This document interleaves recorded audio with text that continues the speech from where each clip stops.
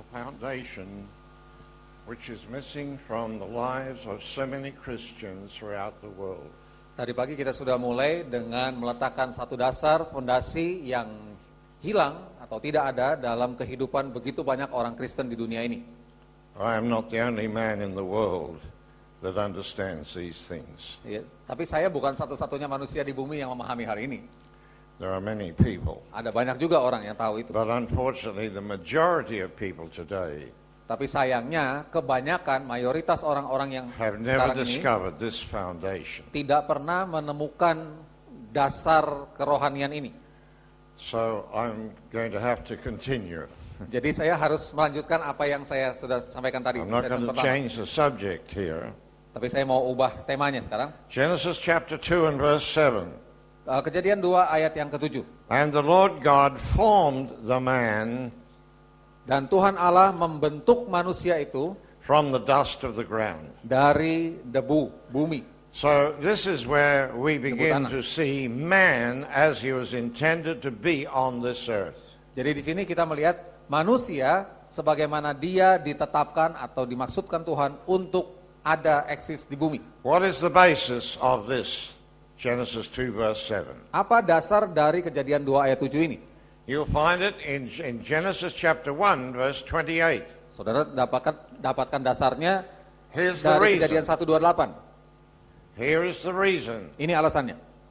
It says there, and God said Kejadian 1 ayat 28 dikatakan, dan Allah berkata, to that first man, Allah berkata kepada manusia Christ Jesus, manusia pertama, Kristus Yesus, be fruitful, multiply, and fill the earth. saya terjemahkan bebas dari bahasa Inggris, be fruitful artinya jadilah subur, ya subur dalam arti produktif, You see menghasilkan, berlipat gandalah dan penuhilah bumi. That is God's assignment for everybody. Itu adalah penugasan, tugas yang diberikan oleh Allah untuk semua orang. It was given to Christ Jesus in the beginning. Diberikan kepada Kristus Yesus pada mulanya. But remember the principle of God. Tetapi ingat, prinsip Allah itu bagaimana?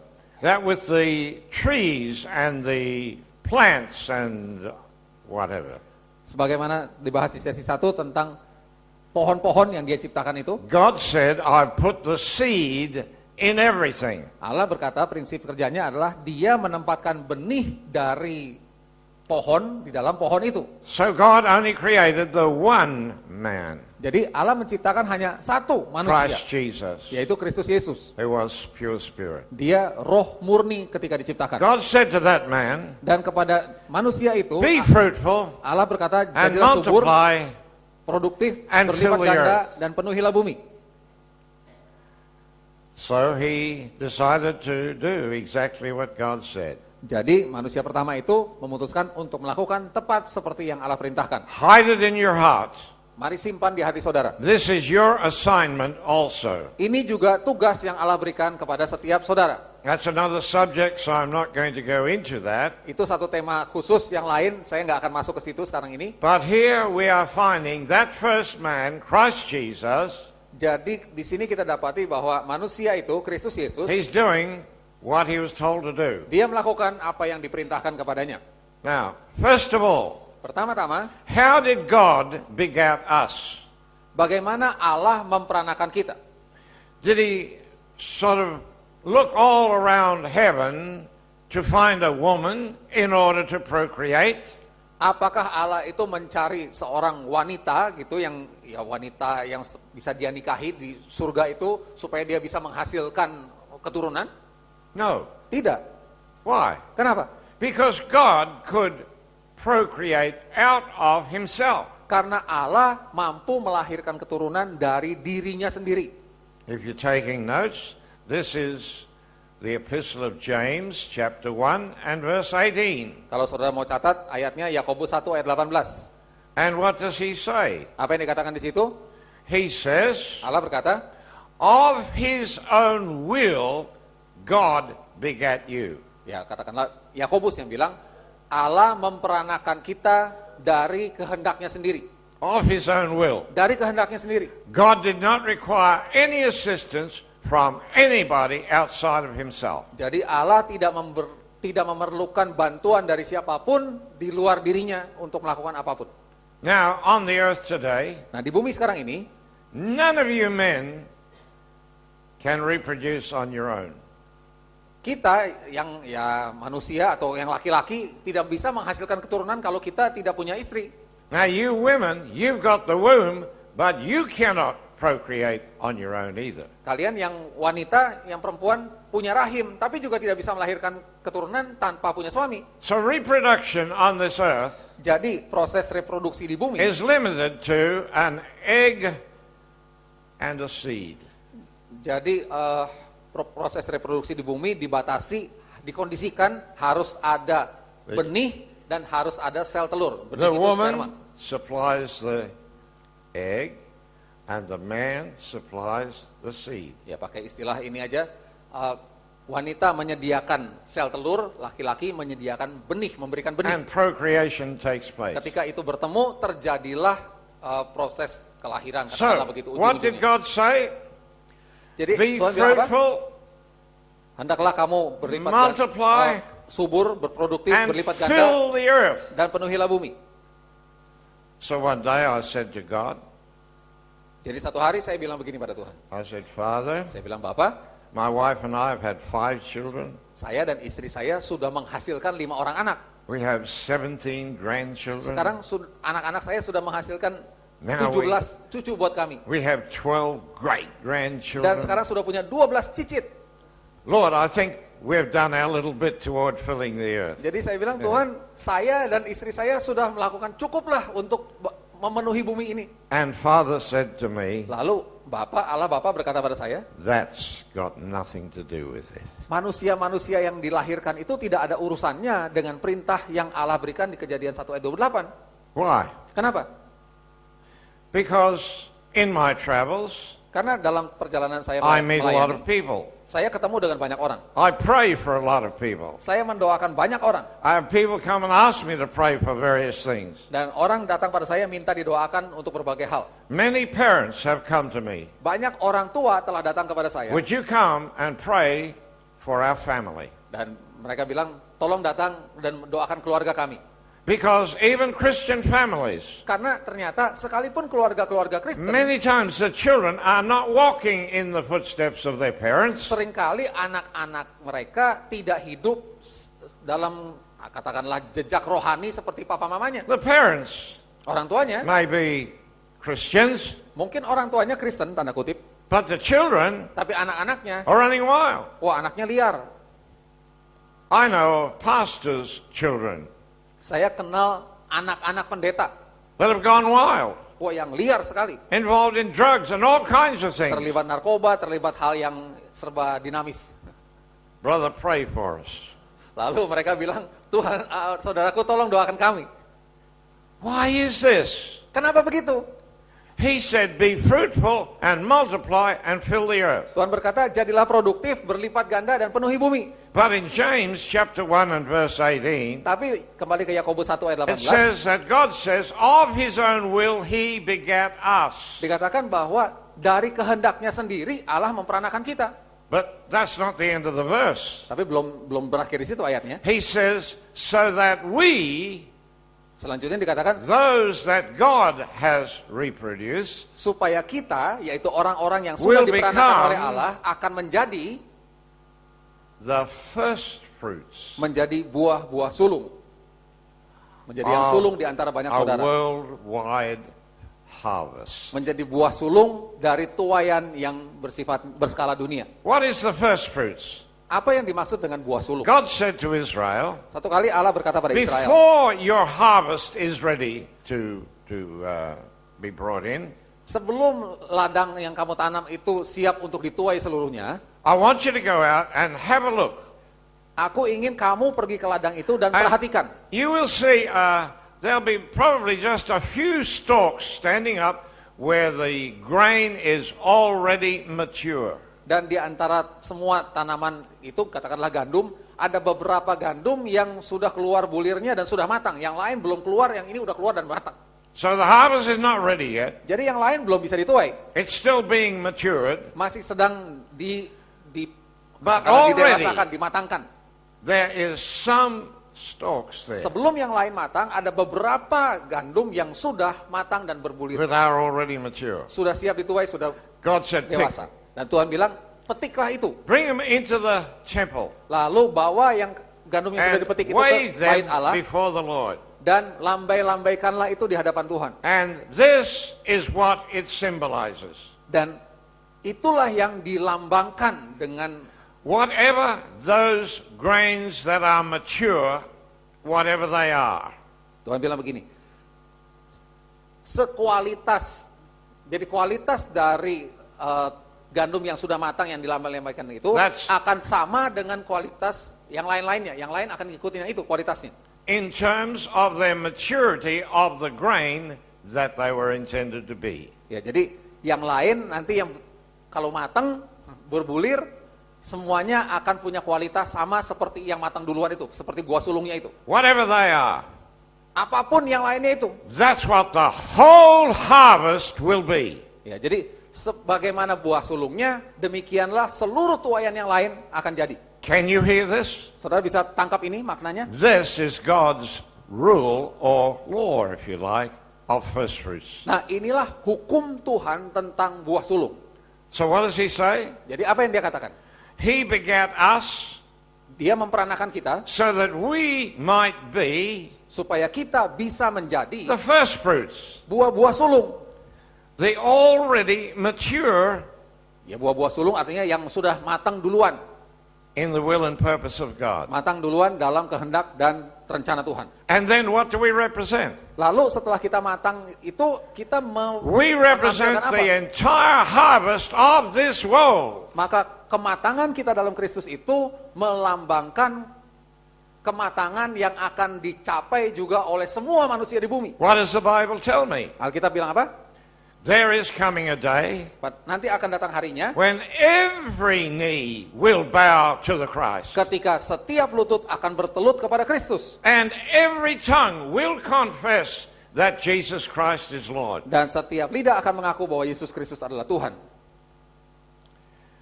And you are the first fruits. Dan saudara-saudara ini adalah buah sulungnya. How do you feel today Bagaimana perasaan saudara hari ini?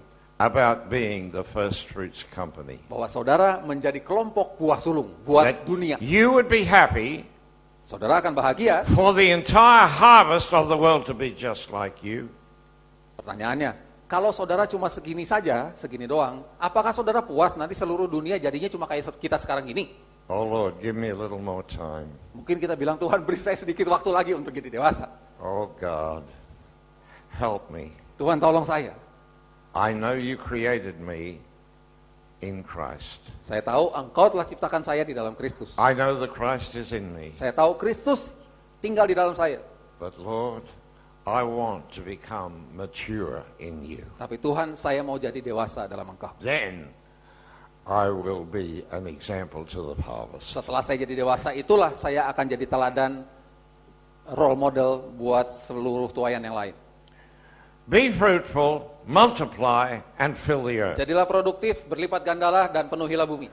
So when Adam was on the outside of the garden, Jadi ketika Adam berada di luar Taman Eden, he's got his wife there. dia punya istri di situ, ada istrinya. So he said, okay, well, I think we should do what God said. Ya, waktu Adam ada di Taman Eden dengan Hawa, dia bilang kita harus lakukan apa yang Tuhan katakan. So Eve conceived and she brought forth a child. Jadi Hawa hamil dan melahirkan anak. Ini setelah di luar taman. His name was Cain. Namanya Kain. And then they had another child, Lalu mereka punya anak kedua. and they called that one Abel. Nama yang anak kedua adalah Habel. And what happened? Lalu apa yang terjadi?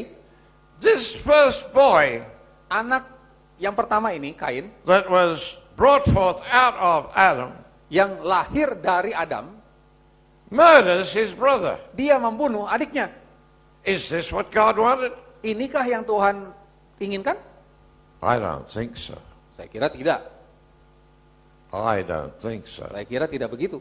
It wasn't God's intention Itu bukan niat Tuhan that supaya we should produce children that are murderers. Tuhan tidak pernah berniat supaya kita melahirkan anak yang nantinya akan jadi pembunuh. God never intended that we should produce children that should be drug addicts. Tuhan juga tidak pernah berniat supaya kita melahirkan anak yang jadi pecandu narkoba. God never intended us to have children that would be homosexual Atau or melahirkan anak yang jadi homoseks atau yang lain-lain. God never intended that we should have children that would not want to love God. Kita juga tidak dimaksudkan untuk melahirkan anak yang tidak mau hidup mengikuti Tuhan dan tidak mau mengasihi Tuhan. So if you think that having children the way you had children was what God was talking about, you're wrong. Jadi kalau saudara beranggapan bahwa memiliki anak seperti kalau yang udah punya anak, In saudara fact, pikir inilah caranya, bukan itu yang Tuhan maksudkan. When God said to that first man, Ketika Allah berkata kepada manusia be pertama itu, fruitful and multiply, jadilah produktif, berlipat gandalah. there was no woman. Waktu itu belum ada perempuan. God never, but never created a woman. Dan tolong diperhatikan, Allah tidak pernah menciptakan perempuan. Now I've got the women looking at me. Wah, sekarang perempuan melotot semua. Okay, don't you worry. Jangan khawatir, jangan khawatir. Yeah, you'll be laughing at the men shortly. Saudara nanti akan ngetawain yang pria-pria juga sebentar But lagi. see, there was no woman. Pada waktu perintah itu diberikan, tidak ada perempuan. So now, Genesis 2:7, Sekarang Kejadian 2 ayat 7, the Lord God said, I'm going to do what Father told me to do. Tuhan Allah berkata, saya akan melakukan apa yang Bapa perintahkan. So now, he is the Christ. Nah, manusia pertama ini, dia adalah Kristus. Therefore, he knows Karenanya dia the tahu, will and purpose of the Father. dia tahu kehendak dan tujuan Bapanya. And he knows how it's all to function. Dan dia tahu juga bagaimana segala sesuatu harus dilaksanakan, difungsikan. So the first thing he does, Jadi hal pertama yang dia he lakukan, brings the dust together dia mengumpulkan debu tanah and forms a body. dan membentuk sebuah tubuh. Not created, Bukan menciptakan tubuh, he forms tapi a body membentuk sebuah from tubuh. the dust of the earth. Tubuh itu dibentuk dari debu tanah. So people say today, Jadi zaman sekarang orang bilang, well now of course if you want to go to heaven, kalau kamu mau masuk surga, you got to die first kamu mesti mati dulu. because this secara body fisik. is just from the dust. Karena tubuh ini cuma dari debu, It's not worth anything. nggak ada nilainya. It has no intrinsic value. Tidak punya nilai, dari tubuh itu sendiri tidak punya nilai. I mean, my wife dusts the house every once in a while. Ya, istri saya sering bersihin rumah dari debu-debu yang ada. And she takes the dust outside and throws it away. Lalu debu yang ada dikumpulin dan dibuang keluar. You can't sell it. It's got no value. Ya, debu itu nggak ada nilainya, nggak bisa dijual. So Christians say, Jadi orang Kristen my bilang, body is just from the dust. tubuh saya ini cuma dari debu saja. The Bible tells me here something very interesting.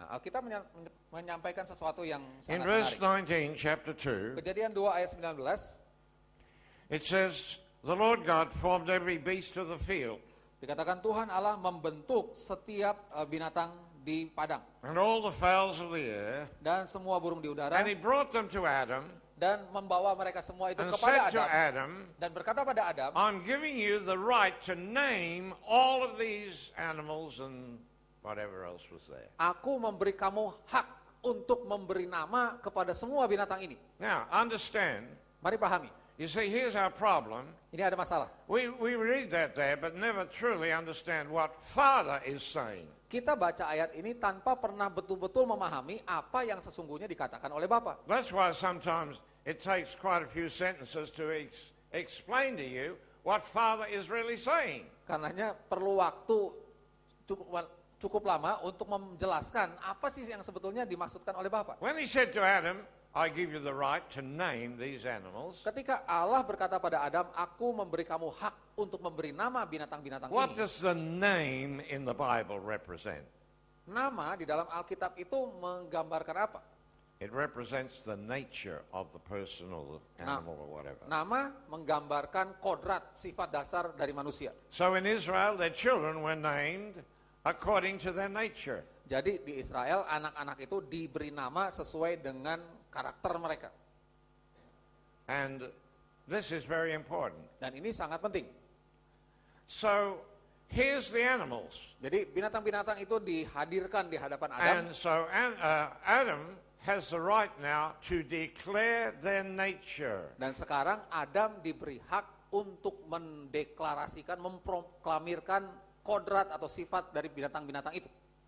Have any of you got a problem with anger? Banyak dari saudara punya masalah misalnya dengan kemarahan. It's an emotion. Itu sebuah emosi. It's an emotion that comes sometimes when we get with a problem. Ya, itu suatu emosi yang muncul karena suatu masalah pada kita. We get angry. Suatu masalah menyebabkan kita marah. God has given you naming rights. Tapi sadari, Tuhan Allah telah memberi kita hak untuk menamai, hak untuk memberi nama. So you can rename your emotion that you now call anger. Jadi saudara dan saya bisa menamai ulang, memberi nama, mengganti nama emosi yang kita sekarang sebut sebagai kemarahan. Kita bisa ganti namanya. You can rename it, this is love in action. Saudara bisa memberi nama, ini adalah kasih yang sedang dinyatakan. And you have changed the character of your emotion. Dengan saudara mengganti namanya, saudara mengubah karakter dari emosi itu. Now you think, oh, well, I've read all of this kind of stuff in a book somewhere or whatever, you know. Saudara pikir mungkin Des Walter ini baca buku dongeng di mana gitu jadi ngomong begini. All of these things have become reality in my life. Apa yang saya katakan ini telah menjadi realitas dalam hidup saya. When I go to Melbourne, down in Victoria, Ketika saya pergi ke Melbourne, Victoria, I stay with a lovely Christian lady. saya tinggal bersama dengan satu wanita Kristen yang luar Because biasa. my Baik. wife and I go down there together. Jadi saya biasanya dengan istri saya mengunjungi wanita ini. And she is an amazing woman in the Lord. Dan dia seorang wanita yang mengagumkan di dalam Tuhan. She owns a very big restaurant. Dia punya restoran yang sangat besar. A restaurant where people from all over the world come to that place. Dan restorannya begitu terkenal, semua orang dari dunia kalau berkunjung ke situ And akan datang ke restoran dia. she's there in that restaurant. Dan dia ada di situ restorannya. And she just wanders around Lalu dia bawa kami keliling ke berbagai bagian di restoran itu. and she's seeking the Lord. Dan dia mencari Tuhan. Who do I need to sit next to, Lord?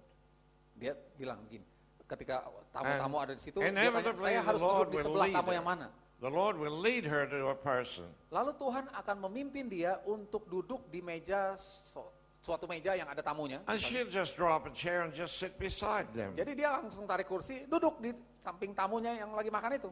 And it's a person with a real problem. Dan itu adalah orang yang sedang punya masalah. And it's not long before they're pouring out their heart to this woman. Dan dalam waktu singkat, orang ini yang duduk di meja itu mulai mencurahkan masalah mereka kepada Because si pemilik restoran. she's the motherly type, you know. I mean, she's like anybody's mother. Karena dia punya hati keibuan yang nyata sekali, begitu seperti mamanya dari semua orang.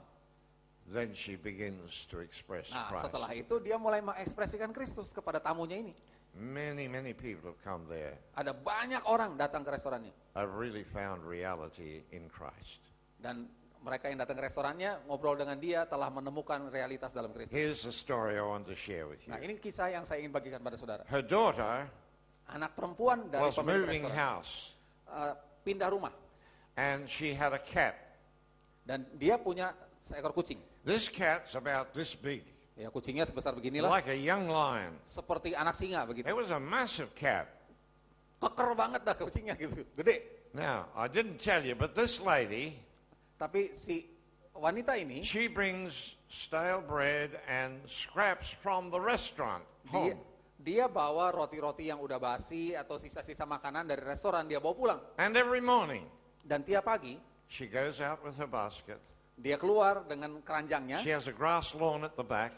Ada kebun, ada halaman di belakang rumahnya. And when my wife and I are staying there, Dan kalau istri saya dan saya tinggal di rumahnya itu, she gets up a bit later. We are early risers, so we're always there sitting, and all the glass windows are open. ya si pemilik rumah biasanya bangun agak siang, kami suami istri bangun agak pagi, duduk And I duluan look out. dan lihat dari jendela yang banyak itu. I see all the birds up in the trees there. Saya lihat banyak burung-burung warna-warni hinggap di pohon. It's on top of a mountain, so the trees all around. Rumahnya ada di puncak sebuah gunung, jadi banyak sekali pohon, ada kayak And semacam hutan pinus. occasionally one or two will fly down. Jadi satu dua burung kadang-kadang terbang and rendah they ke bawah. just hop across, and look in there in the door. Dan burung-burung yang di bawah ini lompat-lompat di They tanah know begitu she's going to come out. sambil memandang pintu. Karena mereka tahu sebentar lagi si ibu ini akan When keluar. she comes out, Ketika ibu ini keluar, she throws out the scraps. dia lemparkan remah-remah roti itu. And all the birds come down. Dan semua burung menyambar turun. There's parrots, colored parrots, all Ada kinds of birds. kakak tua warna-warni, pokoknya bagus-bagus deh burungnya. And she knows that they eat different kinds of food, so she's got different kinds of things she Dan dia throws tahu juga out. burung yang ini sukanya makanan ini, dia sediain. Yang itu kelompoknya makanan yang lain dia sediain juga. Now, she's got a cat. Nah, sekarang dia punya seekor kucing yang gede itu di rumahnya. Cats love eating birds. Kucing senang makan burung, saudaraku. Betul kan? So I said to her, Jadi saya bilang pada dia, "What'd you do with the cat?" saya bilang, apa yang kamu lakukan pada si kucing? She said, "I just gave it another name." Dia bilang, saya hanya memberi nama baru kepada kucing itu, mengganti karakternya. I said, "Well, tell me what Saya you bilang, do." ajarin saya gimana She caranya. said, "I picked up that cat. Jadi dia bilang, saya gendong aja, It's saya a angkat kucing big itu. cat, you Ini know. kucing besar, saudaraku. And I looked it right in the Dan saya eyes, pandang mata kucing itu, dia and bilang, I said to it, dan saya bilang pada kucing itu, you will not touch any of the wildlife in this place. kamu tidak akan makan binatang-binatang liar yang ada di You sini. will not touch any of the birds, Kamu tidak akan makan burung, nor any of the wildlife. kamu tidak akan makan binatang liar yang lain. I am calling you, Aku menamai kamu, I am naming you, aku memanggil kamu, the menyebut kamu. Prince of Peace. Saya sebut kamu Raja Damai. She put the cat down. Dia turunin kucingnya setelah diomongin.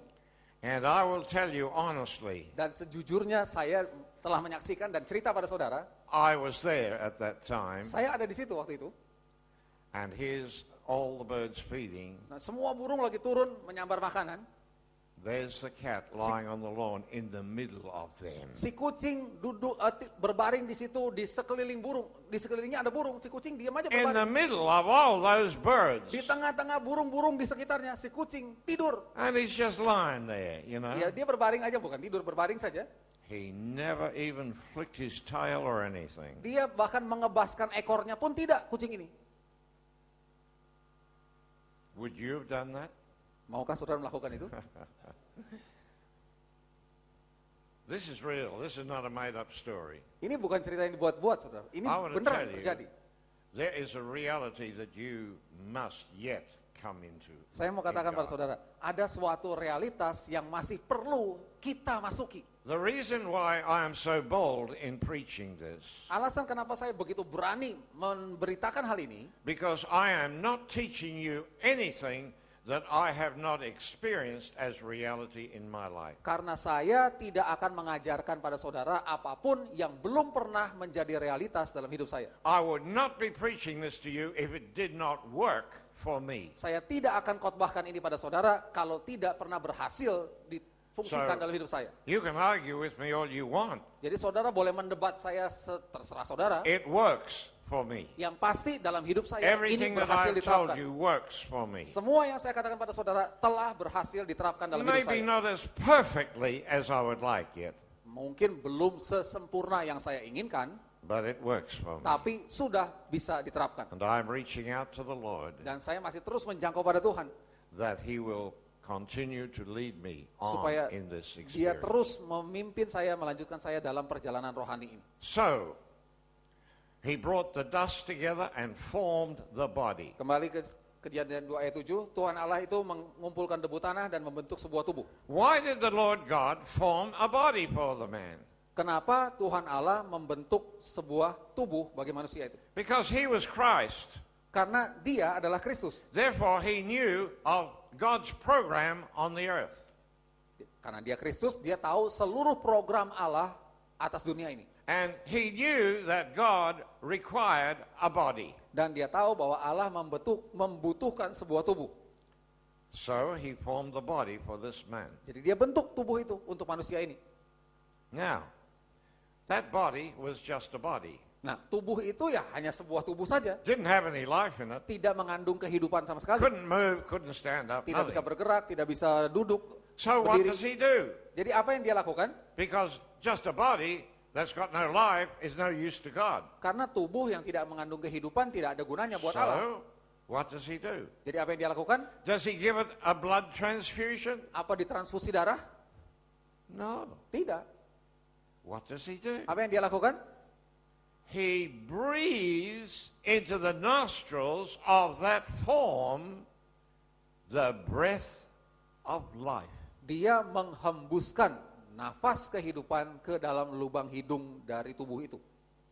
That was the life of God. Dan yang dihembuskan itu adalah hidupnya Allah. Because that was the life God put in that first man. Karena hidup yang sama itu telah terlebih dulu ditaruhkan oleh Allah dalam That manusia is pertama. eternal life. Dan hidup itu adalah hidup yang kekal. I said that is eternal life. Saya katakan itu adalah hidup kekal. I hear Christians, I've got eternal life.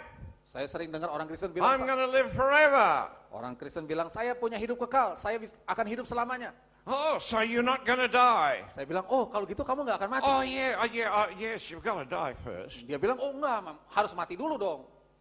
You what? You tell me you've got eternal life, you're talking about dying? Coba pikir logikanya saudara. Saudara ngaku punya hidup kekal, tapi saudara bilang saya akan mati dulu.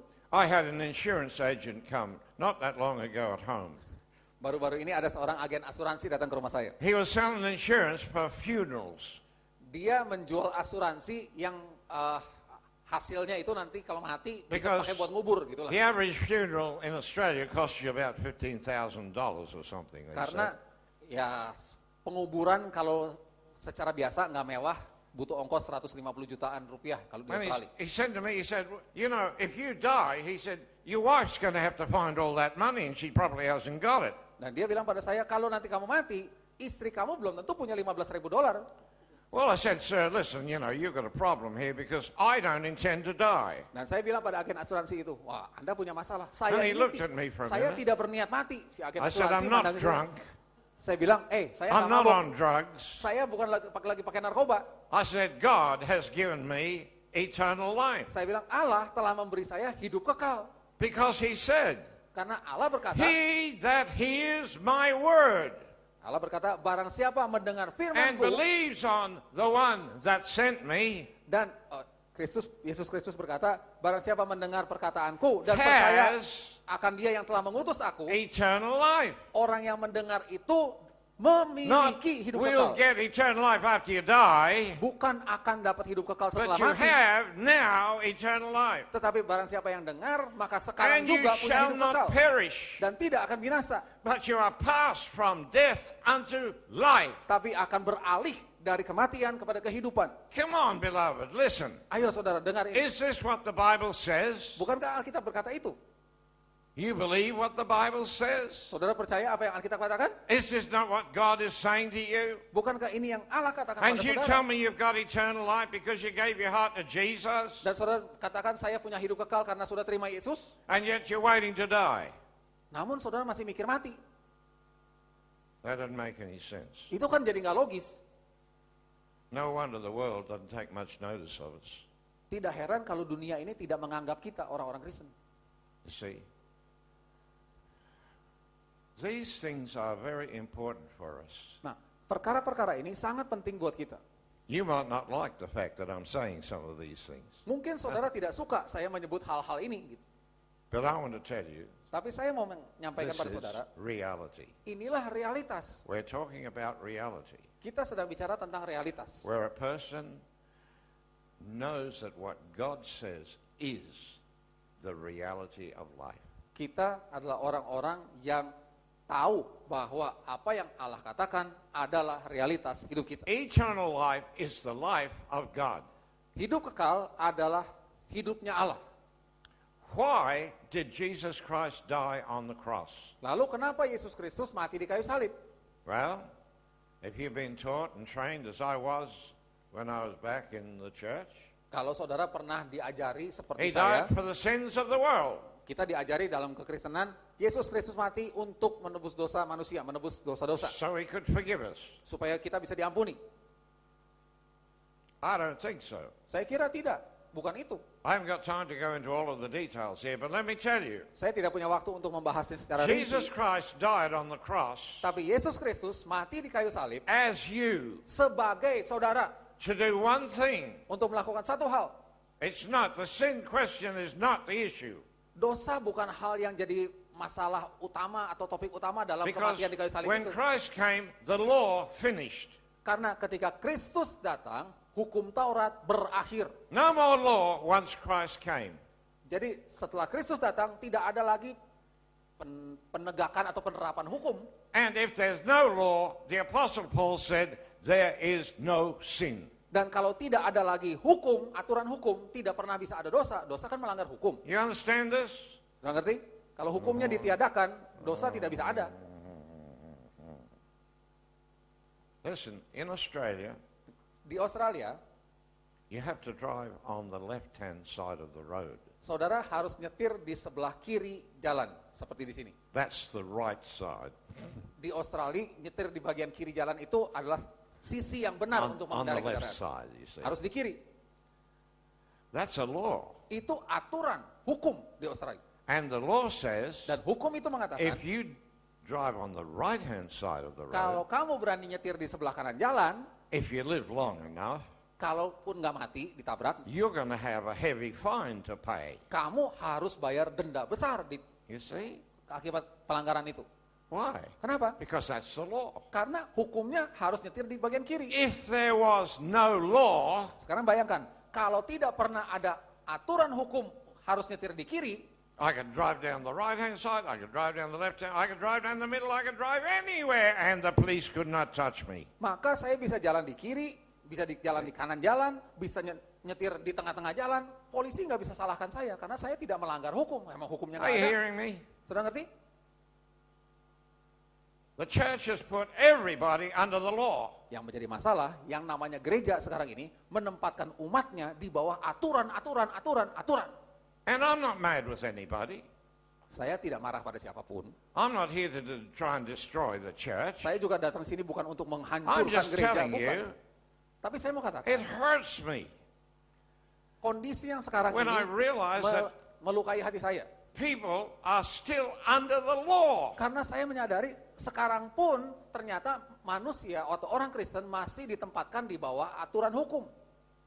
First of all, Pertama-tama, no Gentile was ever under the law. nah nanti mesti baca bukunya. Dikatakan tidak pernah ada orang non-Yahudi yang ditempatkan di bawah aturan hukum Taurat. Hukum Taurat itu bukan buat orang non-Yahudi. The law was given in Mount Sinai. Perhatikan, hukum Taurat atau hukum itu diberikan di Gunung Sinai. There was no Gentile there. Waktu yang hadir di situ tidak satupun orang non-Yahudi. That was Semua Israel. Yahudi. Itulah Israel. And Israel said, Dan Israel berkata, all that the Lord has said, we will do. semua yang dikatakan oleh Allah akan kami lakukan.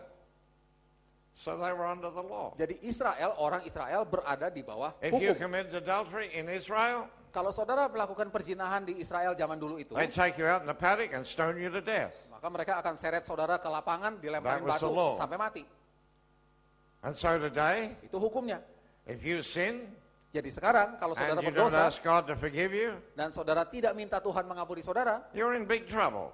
dikatakan saudara punya masalah besar. Because God won't love you anymore, Karena Tuhan jadi tidak sayang lagi sama saudara, and He'll probably send you to a place where you'll be looking for an air conditioner. dan dia akan kirim saudara digoreng, dan di tempat penggorengan itu saudara akan kepanasan, pengen dapat AC. Christ is the end of the law. Yes. Ya, kalau saudara baca Roma 4 ayat 10 dikatakan Kristus adalah akhir dari hukum Taurat. Bahasa Indonesia Therefore, there mengatakan is penggenapan. no more sin. Jadi begitu ada Kristus, tidak ada lagi hukum, berarti tidak ada lagi dosa. Now, let me just add to this one thing. Saya mau tambahkan pada hal ini. For Israel, Bagi Israel, sin dosa, was the transgression of the law. saya ulang, bagi Israel, hanya bagi Israel, dosa adalah pelanggaran terhadap hukum. Sin is breaking the law. Bagi mereka, dosa adalah melanggar hukum.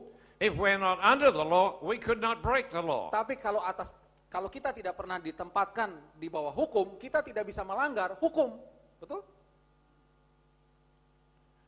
Because in Romans chapter 3, Dalam Roma pasal 3, verse 19 ayat or 19 20, dan 20, he says, all have sinned.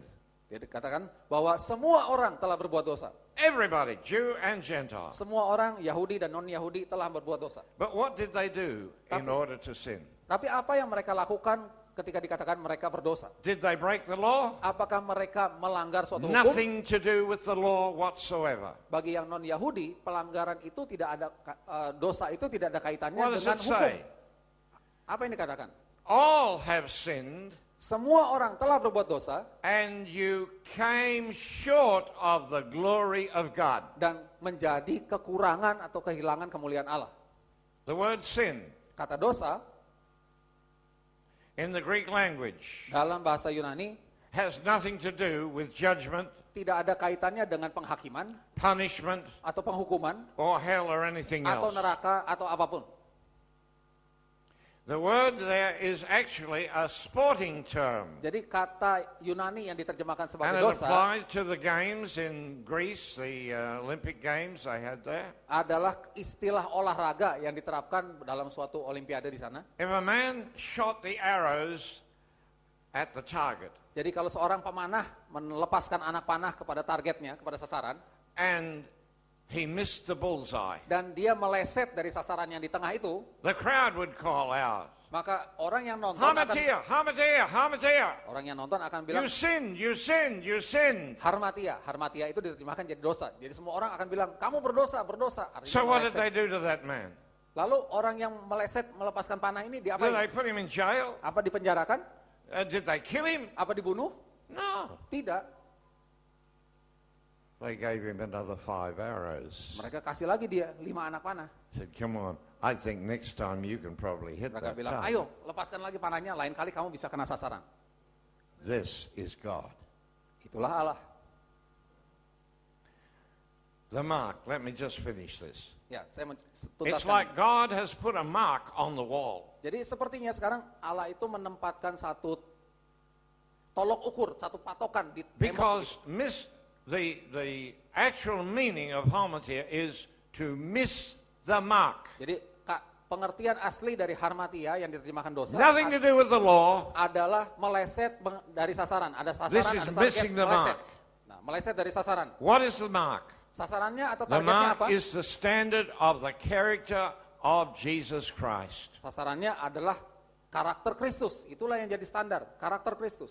Every action, Setiap tindakan, every thought setiap is pemikiran measured against that mark. akan diukur terhadap standar itu, yaitu Kristus. And if you sin, Dan kalau saudara meleset, you don't hit the mark, you hit down there a bit low. jadi harusnya segini, saudara kena di bawahnya, saudara disebut berdosa. And what does God say to you? Lalu saudara diapain oleh Tuhan? Tuhan bilang apa? As your heavenly Father.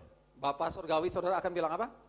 He said, I'll tell you what I'm going to do. Dia bilang, aku akan beritahu begini. I'm going to bless you. Aku akan memberkati kamu. I'm going to encourage you. Aku akan membangun, I'm gonna memotivasi help kamu. you. Aku akan menolong kamu. I'm going to do everything I can. Aku akan lakukan apa saja yang aku bisa. And next time, I think you might hit that mark. Dan lain kali, pikiran kamu, perbuatan kamu bisa And if sesuai you dengan standar don't Kristus. hit it the second time, Kalau gagal lagi, God said, I'm going to bless you some more. Tuhan berkata, aku akan berkati kamu I'm lebih going to lagi. help you. Tolong kamu I'm lebih going to lagi. encourage you Memberi dorongan lebih lagi. until you hit that. Sampai kita mencapai standar itu. That's Christ expressing himself through you. Ketika itulah Kristus terekspresi dalam hidup saudara.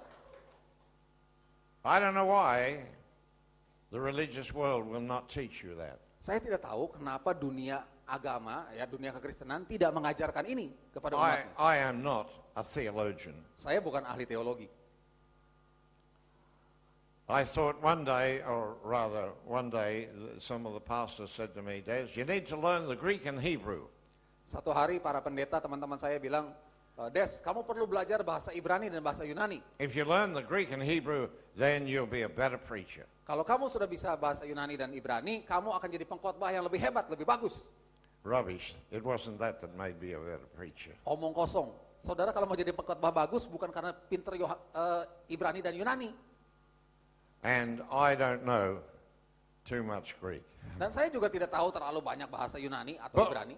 where it has been important to me, I have made sure I understand. Tetapi kata-kata Yunani Ibrani yang penting saya pastikan saya mengerti, memahaminya. Romans 3 and 23, is it Yeah. 23? Yeah. All have sinned and come short of the glory of God. Roma 3 ayat 23 mengatakan semua orang telah berbuat dosa dan telah kekurangan atau That kehilangan word kemuliaan Allah. is hamartia. It means you missed the mark. Kata dosa di situ dari harmatia artinya meleset dari sasaran yang ditetapkan. In the Hebrew language, Dalam bahasa Ibrani, sin means to miss the way, if you like. You took a wrong turn. dosa itu dalam bahasa Ibrani artinya kita mengambil jalan yang keliru. Mestinya belok kanan, kita belok kiri, gitulah kira-kira. But nothing about law. Tapi sama sekali tidak ada urusannya dengan suatu hukum. I want that to set you people free. Dan saya kira kalau saudara memahami ini, saudara akan merasa terbebas dari rasa bersalah. Because that is the truth. Karena inilah kebenaran. It set me free, I know. Dan hal ini telah memerdekakan hidup saya. I was forever asking God to forgive me for this, forgive me for that. Karena saya dari kecil tukang minta ampun sama Tuhan. Tuhan ampuni saya untuk ini, ampuni untuk itu, bolak-balik minta ampun melulu. And, I almost got to the point where I believed that the Catholics were right. Dan saya sebagai orang pendeta karismatik hampir mencapai tahap percaya bahwa yang dilakukan orang Katolik itu benar. See, if you're a Catholic and you're just about ready to die, Kalau saudara penganut agama Katolik dan ketika saudara hampir mati, your loved ones are going to get a priest to you very quick. maka istri saudara atau anak saudara, suami saudara akan panggil pastor cepat-cepat. Because if he doesn't give you absolution before you die, you're headed for hell. Karena kalau si orang yang mau mati ini nggak sempat ngaku dosa, waduh dia nyasar ke tempat penggorengan abadi itu. But you see, sin for us is not breaking the law. Tapi sekali lagi, dosa buat kita yang non-Yahudi bukanlah pelanggaran terhadap hukum. So the Lord God formed the body, Kembali lagi, Tuhan Allah menciptakan, membentuk tubuh itu. and he breathed into the nostrils of that man the breath of life. Dan dia menghembuskan nafas kehidupan ke lubang hidung tubuh tadi. To be honest, in the Hebrew language, it's lives in the plural. Sesungguhnya dalam bahasa Ibrani, dia menghembuskan kehidupan, jamak. Bukan satu Because kehidupan tapi banyak. life can be lived on many, many different planes. Karena kehidupan bisa dijalani, dihidupi dalam There- berbagai tingkat. There are certain creatures that only live for a matter of a day or 2 days. Ada binatang tertentu yang umurnya memang cuma Some- sehari atau 2 hari. Some may live for a month and then they Ada go. beberapa yang hidupnya beberapa Others bulan mati. live for a few years. Ada yang cuma beberapa tahun. And we may make 70, that's 70 years. Dan kita manusia mungkin mencapai 70. If you want to go past that, you better find God. Dan kalau saudara berniat umur lebih panjang dari 70 tahun, betul-betul harus bergantung sama Praise Tuhan. the Lord. Karena asuransi nggak bisa dipakai lagi. So you see that God is so important now Jadi Allah itu menjadi unsur yang sangat penting. when you realize that He's given us life. Ketika kita sadar bahwa Dia memberi kita hidup. My life did not come from my parents. Hidup saya bukan saya dapatkan dari papa mama My saya. life came from God. Hidup saya berasal dari Allah. Let me tell you a little parable. Saya mau ceritakan satu perumpamaan This is about me. tentang saya. Ini This is perumpamaan, not in the Bible. tidak ada di Alkitab tentunya. See, I was in God before I was conceived in the womb of my Sebelum mother. saya dikandung dalam rahim mama saya berada di dalam Allah. And Father said to me one day, Dan satu hari Bapa berkata pada saya, I'm going to send you down to the earth. aku akan kirim kamu ke bumi. He said, I'm preparing a body for you. Dan aku sedang menyiapkan sebuah tubuh bagimu. This is John 14, Itu Yohanes 14. because Jesus Christ said the same thing. Karena Yesus Kristus juga mengatakan hal yang sama. He said, I'm preparing a body for you. Aku menyiapkan sebuah tubuh bagimu. Which body is He preparing for us? Tubuh yang mana yang dia siapkan untuk kita? That body you've got now. Ya tubuh yang kita pakai sekarang ini. That's the body He's prepared Itulah for you. tubuh yang waktu kita belum lahir It was dipersiapkan conceived oleh in Allah. your mother's womb. Dan tubuh itu dikandung dalam rahim ibu kita. But that body is not you. Tapi tubuh saudara Your bukan body saudara. was born. Tubuh saudara cuma dilahirkan. Isaiah chapter 9 Yesaya 9 and verse 6. ayat 6, ayat 5 bahasa Indonesia. You see, there is so much in the scripture about all of these things. Ada banyak sekali ayat-ayat tentang perkara-perkara ini. So what does the prophet say? Jadi apa yang dikatakan oleh Yesaya? He says, for unto us, Yesaya 9 ayat 5 bahasa Indonesia. that's us, Saya terjemahkan dari bahasa Inggris supaya urutannya gampang ya. that's us. You hear Karena this? bagi kita, karena He's untuk not kita. talking about somebody else. This is us now. Ingat, ini kita, bukan orang-orang lain. Kita. Unto us a child is born. Untuk kita seorang anak telah lahir. You are the child born. Dan saudaralah anak yang lahir itu. Unto us Untuk a kita, son is given. seorang putra telah diberikan, bukan dilahirkan. Why is the child born but the son is given? Kenapa anak diberikan, anak dilahirkan, sedangkan putra diberikan? Because you are both the child born and you are the son given. Karena saudara adalah anak yang dilahirkan, sekaligus adalah putra yang diberikan itu. So I'm in the Father, Jadi ketika itu saya ada dalam Bapa, and at a certain point, pada tahap tertentu, he said, Bapa berkata, I'm ready to send you down. sekarang aku siap untuk mengutus kamu ke bumi. And this woman in North Queensland Lalu ada seorang wanita di Queensland was Utara, already pregnant, dia sudah hamil, and she was, I don't know how far through the pregnancy, dan saya tidak tahu bagaimana proses kehamilannya, but God dropped a spirit into that little fetus. tetapi Allah menaruhkan roh ke dalam janin kecil yang ada dalam kandungan And wanita that tadi. little fetus began to live. Dan janin itu mulai hidup. And then I was born. Lalu lahirlah Des Walter. No, I was not born. My body was born. Ya, jadi tubuhnya Des Walter lahir. That's the child. Itulah anak yang dilahirkan. But me, Tapi saya yang I sesungguhnya, am spirit. saya adalah roh. You are spirit. Saudara juga roh. No spirit can be born on this earth. Roh tidak bisa dilahirkan, saudaraku. Your spirit was created, Genesis 1:26. Roh saudara dan saya diciptakan di Kejadian 1 ayat 26 itu.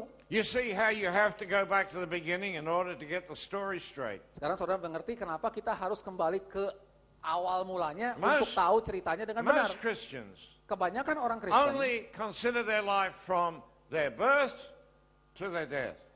kebanyakan orang Kristen hanya memikir hidup mereka berasal dari kelahiran sampai kematian. And then after that, that's Disney World in the sky. Setelah itu mereka masuk Disney World di luar angkasa sana, They call it heaven. yang mereka sebut surga. God never said we could go to heaven.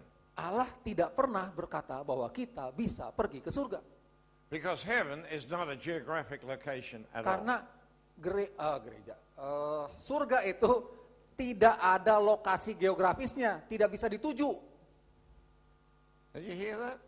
Saudara, perhatikan You ini. can't go to heaven. Jadi saudara nggak bisa bilang, oh surga ada di sana, saya mau pergi ke arah sana, bukan ke situ. Misalnya. Nggak Why bisa. not?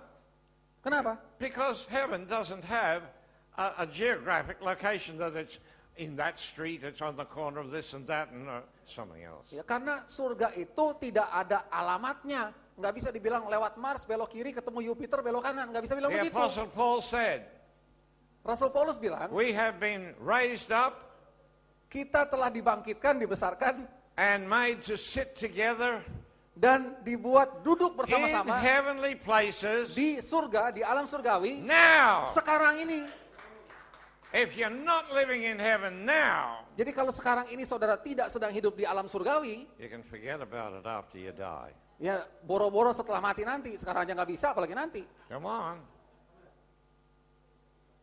You go through your scriptures and see if this is not true. Coba saudara baca lagi Alkitab.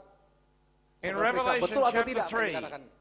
Dalam Wahyu pasal 3 and verse 21, ayat 21, Jesus Christ says, Yesus Kristus berkata, to him that overcomes bagi orang-orang yang menang, in this life, menang dalam kehidupan di bumi Now. ini, sekarang ini, if you will overcome, kalau saudara menang he di bumi says, ini, then maka I will let you sit in my throne. aku akan mengizinkan kamu duduk di tahtaku.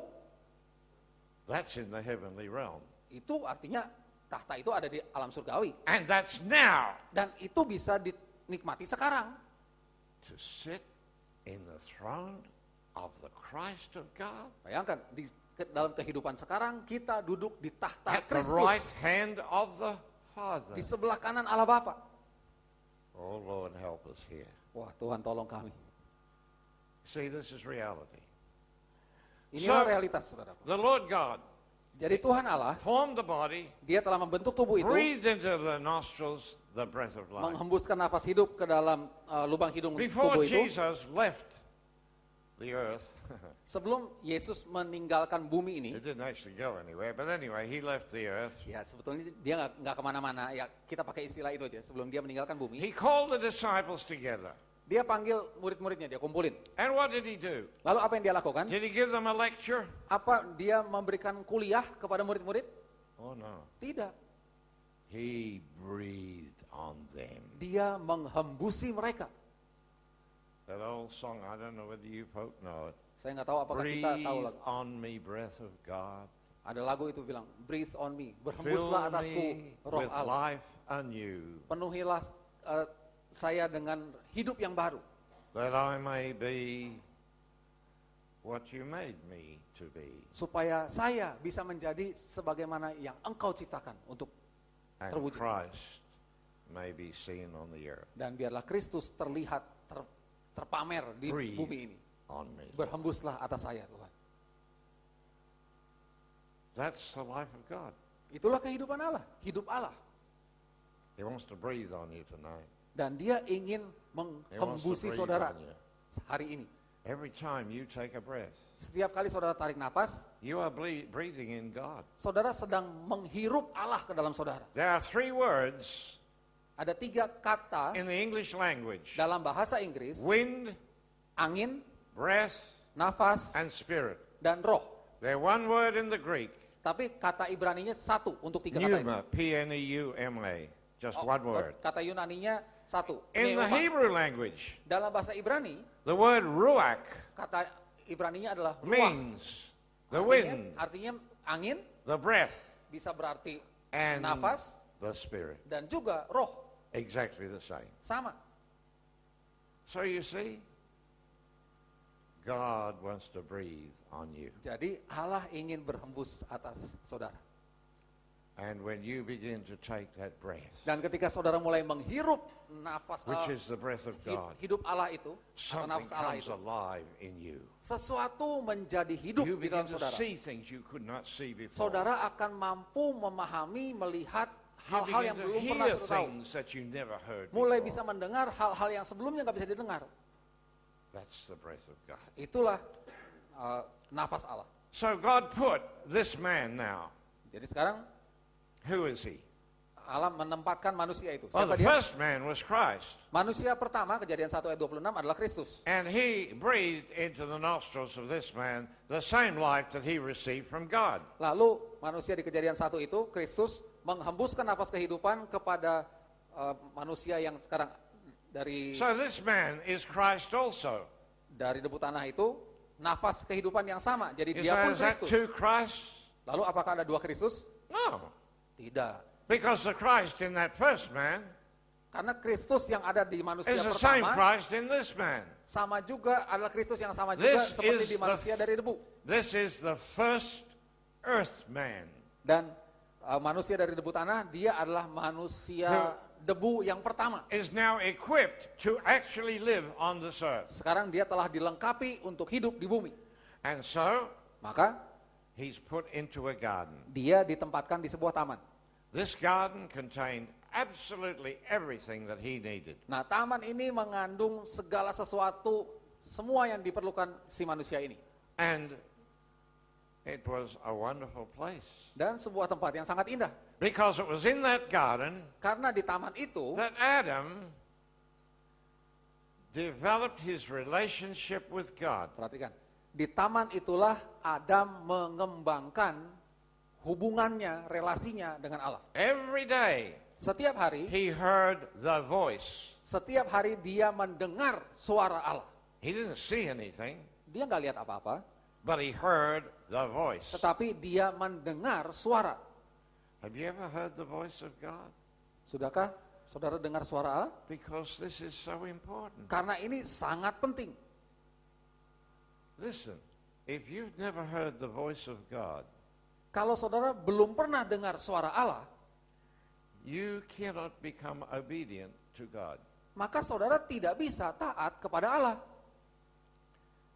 In life in general, Dalam kehidupan secara umum, when you have a family, ketika saudara punya satu keluarga, if that family is raised in love, kalau keluarga ini dibesarkan dalam kasih, then the parents say to the children, orang tua akan bilang kepada "Now I anak-anaknya, don't want you to fight with each other. Papa mama tidak mau I kamu want you to be kind and loving. berantem satu sama lain, tapi hendaklah kamu baik satu sama lain, saling And- sayang. I want you to help us by looking after keeping your room clean and so on and so on." Dan kalian sebagai anak-anak, tolong kami orang tua selalu buat kamar kamu bersih, rapi, dan sebagainya. Now, if those children have been raised in love, Kalau anak-anak ini telah dibesarkan dalam kasih, they will say, mereka akan bilang, akan jawab, "Okay, Mom and Dad, mereka akan bilang, baik papa, mama, we'll do what you tell us." dan kami akan melakukan apa yang papa mama bilang. That is obedience. Itu adalah ketaatan. But Tetapi, as it is in the majority of homes, sebagaimana terjadi di kebanyakan rumah tangga, the truth, the children say, anak-anak "Ah, akan jawab, look, I mean, we're so busy doing our thing, we can't keep our room clean, anak-anak akan bilang, aduh mah saya sibuk musik begini begitu nggak sempat beresin kamar. And my brother annoys me, so I got to punch him in the nose once in a while, Dan adik saya ini nyebelin, kadang-kadang nyebelin perlu sekali-sekali ditonjok hidungnya. So they are disobedient. Jadi mereka tidak taat. So what's the next step? Lalu langkah selanjutnya apa? The next step is law. Langkah selanjutnya adalah aturan hukum. So the parents say, Maka orang tua akan bilang, okay, oke, here is the rule. inilah aturan main di keluarga kita. If you keep on fighting, Kalau kamu masih terus-terusan berantem, then you will get no pocket money at the weekend. maka nanti setiap hari Sabtu uang mingguan, uang saku mingguan ditiadakan. Or you will not have any television rights for a week. Atau kamu dilarang nonton TV selama 1 minggu. You see? Ya. So what happens? Lalu apa yang terjadi? The children obey the parents. Akibat ancaman itu, anak-anak taat pada orang tua. No, Enggak juga kan? Mana taat? they keep the law, but they are not obedient. Jadi mereka terima aturan yang diberikan, If you're tapi under mereka the tidak law, taat kepada aturan itu. If you are under the law Jadi of God, kalau saudara sebagai orang you Kristen can never be obedient to God. hidup di bawah aturan hukum Taurat, sadarilah saudara nggak akan pernah bisa taat kepada hukum itu, walaupun saudara terima hukumnya. Why not? Kenapa nggak bisa? Because you're going to keep the law not by reason of obedience, but because of the penalty to break it. Ya, kalaupun saudara taati hukum itu, bukan karena saudara mau taat secara sukarela, tapi karena saudara takut menanggung hukumannya. Let me tell you what this has done. Dan saya mau katakan apa yang telah dilakukan oleh hukum dan paksaan hukum terhadap The seorang. religious world has told everybody, Dunia agama Kristen you're all sinners. telah mengatakan pada in the semua sight of God. semua orang, God kalian is semua orang angry with berdosa, you. Tuhan marah pada kalian. And if you do not obey him Dan kalau kalian tidak mau taat pada and Tuhan do this and this and this, dengan melakukan perintah ini dan itu, you're going to go to hell. nanti kamu dimasukin ke You're going to neraka, burn forever. dibakar selama-lamanya. And you expect people to be obedient to God? Dan saudara pikir kalau saudara khotbahin begitu, orang akan jadi taat sama Tuhan? No. Enggak juga. What are they going to do? Apa yang mereka lakukan? They're going to give their heart to Jesus. Mereka akan berikan hidup mereka atau akan mengundang Yesus masuk dalam hidup mereka. You have forced them to give their heart to Jadi Jesus. saudara sebagai hamba Tuhan memaksa mereka itu menerima Yesus. I remember when I first had a problem with this hell thing, you know. Ya, saya ingat waktu pertama kali saya mengalami masalah dengan urusan neraka ini. A pastor said to me, another pastor, Ini seorang pendeta lain bilang begini pada saya. he said to me, brother, if you took hell away from, separated it from our doctrines, he said, how are we going to get people saved? Oke, maksudnya begini. Waktu saya mulai tidak lagi menganut konsep tentang neraka, seorang rekan pelayanan pendeta, dia bilang, kalau kamu menyingkirkan pemberitaan tentang neraka, nggak lagi diberitakan pada orang Kristen, siapa yang mau diselamatkan? Gimana menyelamatkan orang kalau nggak diancam pakai neraka? I said, God help us. Dan saya bilang, wah Tuhan tolong kita. You mean to say that you've got to hold out a threat of eternal punishment before anybody's going to come to God? Saya bilang sama teman saya itu, maksud kamu harus mengancam orang akan dibakar selama-lamanya sebelum orang itu mau terima? Let me just tell you a couple of things that I need to at this point. Ya, saya mau jelaskan beberapa yang perlu saya Do you jelaskan. know where hell came from? Saudara tahu istilah neraka itu berasal dari Do you mana? know why the word is used 37 times Tahu. in the New Testament? How many times? The word hell is used 37 times in the New Testament. Tahukah saudara kenapa istilah neraka itu dimunculkan 37 kali? Because our Dalam Bible Alkitab is a Perjanjian Baru. translation of the Bishop's Bible. Karena Alkitab kita sekarang ini diterjemahkan dari Alkitab Bishops, versi Bishop. And that was the Catholic Bible. Itu initially. Alkitabnya orang Katolik zaman dahulu. They invented it, Nah, hell. orang Katolik zaman dulu itu mengkreasi, menciptakan sesuatu yang mereka sebut neraka. But they didn't call it hell. Cuma orang Katolik zaman They itu, called it purgatory. ya orang Katolik sampai sekarang nggak sebut istilah itu neraka, tapi api penyucian. When the translators of the King James Version were doing the translation of the Bible Jadi waktu into English, Raja James, King James memerintahkan tim penerjemah membuat terjemahan Alkitab, they were told, Raja James bilang pada tim this is penerjemah, history, this is in the library, you can go see it for yourself. ini fakta sejarah, saudara kalau meneliti sejarahnya akan menemukan. They were told, Tim you penerjemah, are not to change any of the accepted doctrines of the church. tim penerjemah diwanti-wanti oleh Raja James, kalian tidak boleh mengganti atau menentang doktrin gereja yang sudah ada dan berlaku saat ini, kata Raja James. So it came over and the Protestants bought it just the same. Jadi muncullah istilah neraka itu, lalu dianutlah istilah neraka itu, lalu dianut juga oleh kelompok Protestan dan selanjutnya sampai There sekarang. are two Greek words Ada dua kata induk that are translated hell. yang diterjemahkan sebagai neraka. Both of them have to do with the grave. Dan kedua kata itu berkaitan dengan kuburan. That's all. Cuma itu aja. Nothing kuburan. about judgment, Nggak ada urusannya dengan penghukuman, nothing about hellfire. nggak ada urusannya dengan yang kita tahu sebagai api neraka. It just means the grave. Kedua kata itu artinya adalah kuburan. That's all. Kuburan, itu saja. But there was another word Lalu ada kata lain which related to the dump outside of Jerusalem. yang berkaitan, yang merujuk kepada tempat pembuangan sampah In di the valley luar kota Yerusalem. In the valley of Hinnom. Itu di lembah Hinnom. And that's where they put all their trash, all their rubbish out Jadi there. semua sampah dari Yerusalem dibuang di lembah Hinnom itu. The same as what they used to do in Australia, they would always have that thing burning. It would burn it all day, all night for, Jadi cara apa sih memusnahkan sampah itu adalah dengan cara membakarnya. Jadi nyala apinya terus because they 24 kept jam. on, more and more stuff was going on, so it just kept on burning. Jadi api dari sampah lama belum padam, tambah sampah baru, nyala lagi terus begitu. So some very bright people thought, Lalu ada beberapa orang yang cemerlang, that's the picture of hell. mereka bilang, nah inilah gambaran neraka.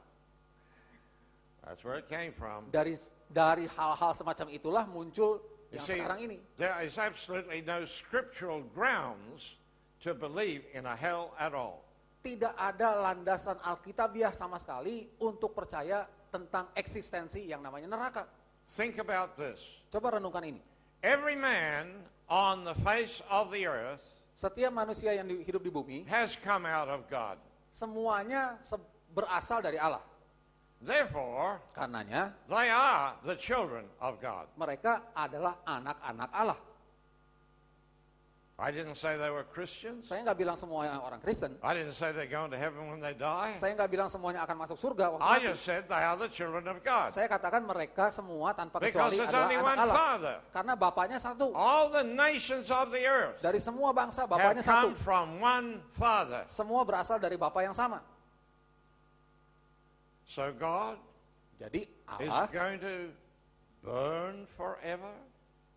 wajarkah, masuk akalkah kalau Millions Allah akan membakar of his selama-lamanya children? jutaan atau miliaran anak-anaknya sendiri? And you believe God is love? Dan Allah yang begitu saudara yakini sebagai Allah yang pengasih? Well, Wah, itu kontradiksi besar. so now you can think about that. Jadi selamat merenungkan. Jangan bertanya, renungkan. Adam was put in the garden. Adam ditempatkan dalam taman. I just want to get through this Saya bit. mau kembali ke ini. Dari tadi Adam was macet put in dulu. the garden. Adam ditempatkan di taman. Every morning, Setiap or every pagi, day, he heard the voice of tiap God. pagi Adam mendengar Allah, suara And Allah. he's out there. Dan dia ada di sana. And he's walking with God. Dan Adam hidup bersama Allah, berjalan bersama Allah. Now, in your mind, Dalam pikiran saudara, you're kind of, that little picture comes up, you know. langsung muncul kalau dikatakan Adam berjalan Here's bersama God Allah. walking here, here's Adam walking Saudara here pikir, beside oh him, you know. Adam itu berjalan sebelah-sebelahan. Oh, Allah no. di sebelah kiri, Adam sebelah kanan. No. Bukan, saudara, bukan begitu. There's only one set of footprints there. Hanya ada satu jejak kaki di situ, sepasang kaki. Adam is in God, Adam berada di dalam Allah. and God is in Adam. Dan Allah berada di dalam Adam. There's only one set of footprints if Jadi you want that. tidak ada dua pasang kaki yang jejaknya, tapi satu aja. You understand?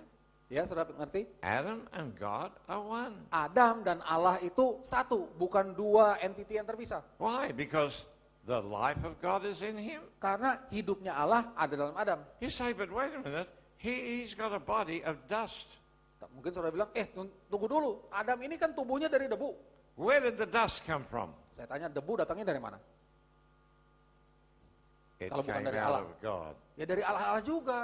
Everything in this universe came out of God. Segala sesuatu di alam semesta ini berasal dari Allah. Therefore, the dust came out of God. Karenanya debu pun berasal dari Allah. Therefore, the dust is spirit. Karenanya debu itu pun roh. Kalau Allah roh, yang keluar dari Allah ya roh. But we have naming rights. Tapi sekali lagi, kita punya hak untuk memberi nama. So you give naming rights to your body. Jadi, sekarang ayo beri nama pada tubuh saudara. And you say, my body is flesh and blood.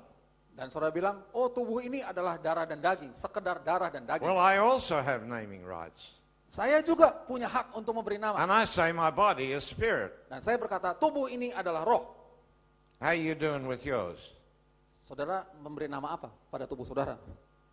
You see? Am I playing games? Apa saya sedang main-main? I don't think so. Saya kira enggak. I'm not doing too bad for 81. Ya, untuk umur 81 segini lumayan awet muda lah ya. God is manifesting himself. Artinya Allah sedang mengekspresikan I'm not dirinya not kodratnya saying dalam my saya. body is perfect yet. No. Saya belum bisa bilang tubuh saya sempurna, tidak. But I have no issue with my body that is limiting me to doing the will of God. Tetapi sama sekali tidak ada masalah pada tubuh saya yang menghalangi, membatasi saya melakukan apa yang Tuhan mau. So then, Jadi, Adam walked with God every day. Adam berjalan bersama Allah tiap hari. When do you walk with God? Kapan saudara jalan bersama dengan Allah? Let me tell you something. Saya beritahu sesuatu. The Garden of Eden was never a literal garden. Taman Eden tidak pernah ada secara harafiah. Itu bukan taman yang ada secara harafiah. Number two, Yang kedua, the Garden of Eden is in you. Taman Eden It's in itu, you. karena dia bukan harafiah, It's in every one of you. ada di dalam saudara. Setiap saudara punya Taman Eden saudara di dalam. It's a spiritual place. Jadi itu sebuah tempat rohani yang berkodrat rohani. Is that in the Bible? Apakah itu ada di Alkitab? Have a look at Psalm 91, verse 1. Coba lihat Mazmur 91 ayat 1. Ini harus terjemahin Psalm dari bahasa Inggris. 91, verse 1. What does it say? Mazmur 91 ayat 1 dari bahasa Inggris. He that dwells in the secret place of the Most High shall abide under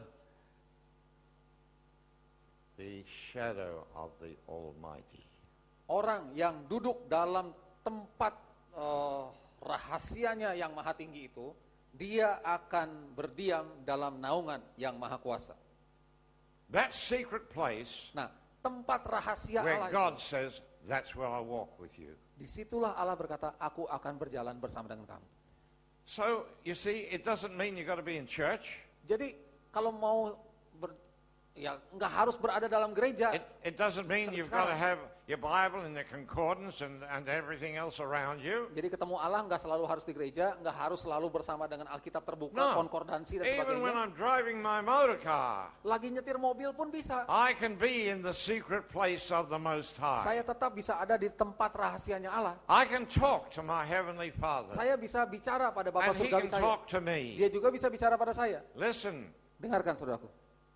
the only way you can ever know God Satu-satunya cara saudara bisa dengar is Allah by relationship. adalah melalui relasi, You hubungan. cannot know God by knowledge. Saudara tidak bisa mengenal Allah lewat pengetahuan atau Well, intelek. many of you people have tried.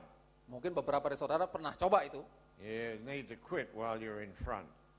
Ya, mumpung belum terlalu dalam, Because cepat-cepat there's no tinggalkan knowledge itu. in this world that will replace a relationship with God. Karena tidak ada pengetahuan setinggi apapun di alam bumi ini yang bisa menggantikan hubungan dengan Allah. Some of the, shall I say, many Christians Banyak orang Kristen who know so much about the Bible yang tahu begitu banyak tentang Alkitab, know less about God. mereka justru kurang kenal Allah dibandingkan dengan orang yang kurang kenal Alkitab. Sudah nangkep? Because that's the Tahu living, banyak tentang Alkitab, tapi pengenalannya rendah. that is the living soul. Karena kalau difungsikan di The alam living pengetahuan soul itu jiwa yang hidup saja. Does not live by the life of God. Jiwa yang hidup tidak hidup dari hidupnya Allah. The living soul lives by knowledge. Jiwa yang hidup, hidup dari pengetahuan. And I will tell you, honestly, Dan sejujurnya saya mau katakan pada I saudara, meet more Christians that are living by knowledge than people that are living by a life that's functioning in them. saya ketemu banyak sekali orang Kristen yang hidup dari pengetahuannya dan cuma sedikit orang Kristen yang hidup dari hubungannya dengan Allah. It's not that it's wrong to study the Bible, Kalau saya bilang begini bukan artinya mempelajari but Alkitab itu salah, knowledge is not what you need. tapi yang saudara perlukan bukanlah pengetahuan. Because when you become one with the Christ, Karena ketika saudara jadi satu dengan Kristus itu, First Epistle of John chapter 2 and verse 20, 1 Yohanes 2 ayat 20, what does he say? apa yang dikatakan di He situ? said, you have an anointing from God, Dikatakan kamu memiliki urapan dari Allah. and you know everything Dan kamu tahu segala sesuatu. that's in the book. Itu ada di Alkitab. Kamu tahu segala sesuatu. And then in verse 27 it says, 1 Yohanes 2 ayat 27 and you mengatakan, do not need to go to some Bible teacher kamu tidak perlu diajar oleh seorang guru and Alkitab. say, please teach me about God. Dan bilang, tolong ajar saya tentang Tuhan. Because he said, you already know the truth in you. Karena kamu sudah tahu kebenaran yang ada dalam kamu itu. And in John 14 and verse 26, Yohanes 4 ayat 26, Jesus said, Yesus berkata, and when the Holy Spirit is come to you, ketika Roh Kudus datang kepada kamu, he will guide you into all truth. Dia akan memimpin kamu ke dalam seluruh kebenaran. And that's not from study, Bukan lewat pembelajaran, because that's the Spirit in here. karena Roh Kudus itu ada dalam sini, dalam kita. As I said before, Seperti yang saya sudah katakan, I am preaching out of my experience because this works for me. saya khotbah dari apa yang sudah saya alami. Karena dalam hidup saya ini bisa diterapkan. Before I berhasil. began this life, Before you? before I began Sebelum this saya life, memulai kehidupan ini, I prided myself in my knowledge of the Bible.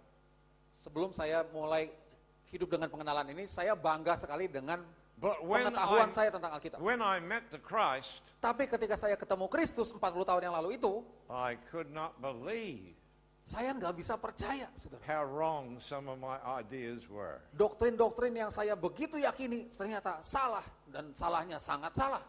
Until the Father revealed the truth to me. Saya baru tahu itu salah setelah Bapa menyingkapkan kebenaran kepada The saya. living soul Jadi jiwa yang hidup atau manusia natural is Adam with amnesia.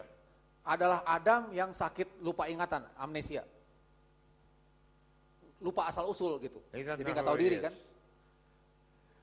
That's why I'm here today. Itulah sebabnya saya ada di sini. Because Father knew that you needed to know very clearly Jadi who you really are. pada dasarnya Bapak tahu bahwa saudara perlu tahu, perlu mengerti dengan sangat jelas siapa saudara yang So sesungguhnya. I see on the paper there where this is a kind of a reunion Ya, ini pertemuan ini kan semacam suatu reuni. where you are coming together again. Kita kumpul lagi setelah sekian lama nggak kumpul. Well, I'm telling you, beloved, Saya mau katakan pada saudara, unless you begin to let the Christ teach you kalau saudara belum atau sampai saudara mengizinkan and begin Kristus to mengajar function saudara out of the Spirit that's in you, dan dan saudara mulai berfungsi dari roh Kristus yang ada dalam saudara masing-masing, you will walk the same pathway you walked before. sebelum itu terjadi, kita akan menjalani alur kehidupan yang sama seperti dulu. I do not want that to happen Dan for saya you. tidak ingin itu terjadi pada saudara. Like me, Seperti saya said, Lord, I've had enough of that life.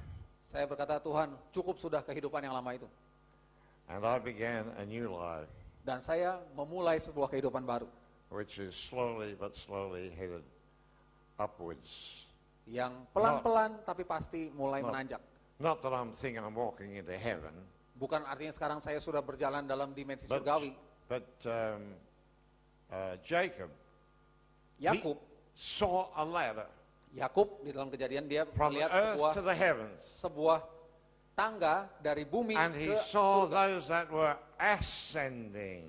Lalu dia melihat ada and orang yang naik descending. dan turun. That's what we got to be. Kita pun akan begitu. We've got to be those that ascend Kita to akan the menjadi Father, orang yang pertama-tama naik kepada Bapa to hear what Father untuk has mendengar to apa say, yang Bapa katakan. and then to come back Setelah and dengar, tell the kita world. turun dan menyatakannya kepada dunia. But just don't go out there and teach them some doctrine because you were taught that when you were a child.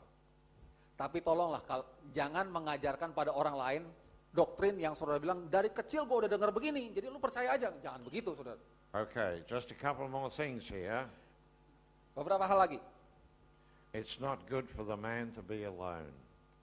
Tuhan Allah berkata, tidak baik kalau manusia itu sendiri So, saja. the Lord God said, Jadi Tuhan Allah I'm going to berkata, make a helpmeet for this man. aku akan menjadikan penolong yang sepadan buat dia. And why in the world would God do that? Dan kenapa sih Allah harus melakukan itu? Did he need a helpmeet? Apakah Allah membutuhkan, katakanlah, No, pribadi lain untuk membantu dia? he did Tidak not kan? need a helpmeet. Allah tidak membutuhkan penolong yang sepadan bagi dirinya. But he was the problem. Tapi ini masalahnya. Adam was walking with God every day. Adam berjalan bersama dengan Allah tiap hari. He's talking with God every day. Dia ngobrol bersama Allah tiap hari. That could have gone on for 1,000,000 years. Dan itu mungkin berlangsung satu juta tahun, kita nggak tahu. But the purposes of God would never have been fulfilled. Tapi tujuan Tuhan tidak pernah tercapai kalau cuma Adam doang, Adam saja yang berjalan bersama Allah. God does not want you simply to walk and talk with God, Jadi Allah pun tidak ingin saudara sekedar berduaan saja but to ngobrol dengan become Allah. responsible Tapi dia sons ingin of God. kita menjadi putra-putra yang bertanggung jawab To terhadap do Bapa kita. The will of the Father. Yaitu melakukan kehendak Bapa That's untuk what he kita. wants. Itulah yang dia inginkan. But see, we haven't done that. Tapi kita belum melakukan We're itu. not interested in becoming a manifestation of the Christ. Kita, ya sementara ini kita belum terlalu ngebet untuk menjadi ekspresi Kristus. We just want to be able to tell people, yeah, I'm a Christian. Kita I cukup- gave my heart to Jesus. I'm going to heaven when I die. I've been born again. Kita cukup puas dengan berkata, saya ini orang Kristen, sudah terima Yesus, nanti kalau badan saya mati, saya akan masuk surga. And I said to you before, That's the what world is not waiting for a better preacher. Dan seperti yang saya katakan pada saudara sebelumnya, dunia di luar sana bukan nungguin pengkhotbah yang lebih They're hebat untuk waiting didengar. for a demonstration. Tapi mereka menunggu orang yang bisa memperagakan Kristus. 5,000 people followed Jesus Christ out into the desert. Ada 5.000 orang mengikuti Yesus ke padang belantara. Why in the world did they follow him? Kenapa mereka mau ikut Yesus? Because this man had something they wanted. Karena orang yang namanya Yesus ini menurut mereka Is punya there sesuatu. anything you have that those men out there or those people out there want? Yesus punya sesuatu yang mereka inginkan. Pertanyaannya, apakah saudara dan saya punya sesuatu yang diinginkan oleh orang-orang di luar sana? Because this is reality, brother. Karena inilah realitasnya. This is reality. Ini realitas. They're waiting to see Orang di luar sana The sedang Christ menunggu-nunggu untuk melihat functioning on this earth in 2011 among a people who are the people of God. orang di luar sana menunggu Kristus berfungsi dan tampil diperagakan dalam kehidupan orang-orang di bumi ini tahun 2011. All of the miracles that I have seen in my ministry, Semua mujizat yang pernah dinyatakan lewat pelayanan saya, none of them have ever been done at the front of a meeting. tidak satu pun terjadi di depan banyak orang. Tidak satu pun. It's not for display. Itu bukan untuk diperagakan dan ditonton dan dikagumi. It's simply obeying God and seeing God do the miracle, and that miracle will have a ripple effect upon many people. Jadi dalam pengalaman saya mujizat itu hanya sebuah ketaatan kepada Allah, dan karena ketaatan menghasilkan suatu dampak, dan dampak itu punya dampak terusan. So the Lord God caused a deep sleep to fall on Adam. Lalu Tuhan Allah membuat Adam tidur nyenyak. Adam was not involved in what was going to happen here. Nah, dengan Adam dibuat tidur nyenyak, Adam sama sekali tidak terlibat dengan apa yang terjadi selanjutnya. He's unconscious. Dia sedang tidak sadar, katakanlah begitu, And tidur. the Lord God, it says, took the female part out of him. Lalu dikatakan Tuhan Allah mengeluarkan, memisahkan unsur perempuan dari dia, dari Adam. What is the female part he took out? Unsur perempuan yang dikeluarkan, dipisahkan itu apa? You see, the Spirit, which is Christ, is male and female functioning together as one. Jadi roh, yaitu Kristus, adalah mengandung unsur laki-laki dan perempuan. Dua itu ada di dalam satu Kristus, dan keduanya berfungsi bersama-sama sebagai satu. That's what the Spirit is. Begitulah keberadaan roh. Laki-laki dan perempuan dalam satu. When the Lord God took the female part out of Adam, Jadi ketika Tuhan Allah memisahkan unsur perempuan dari Adam, the Spirit now could not function sekarang yang namanya roh itu tidak bisa berfungsi. because his wife, Karena istrinya, kalau mau pakai istilah istri, Adam had a wife, Adam punya istri.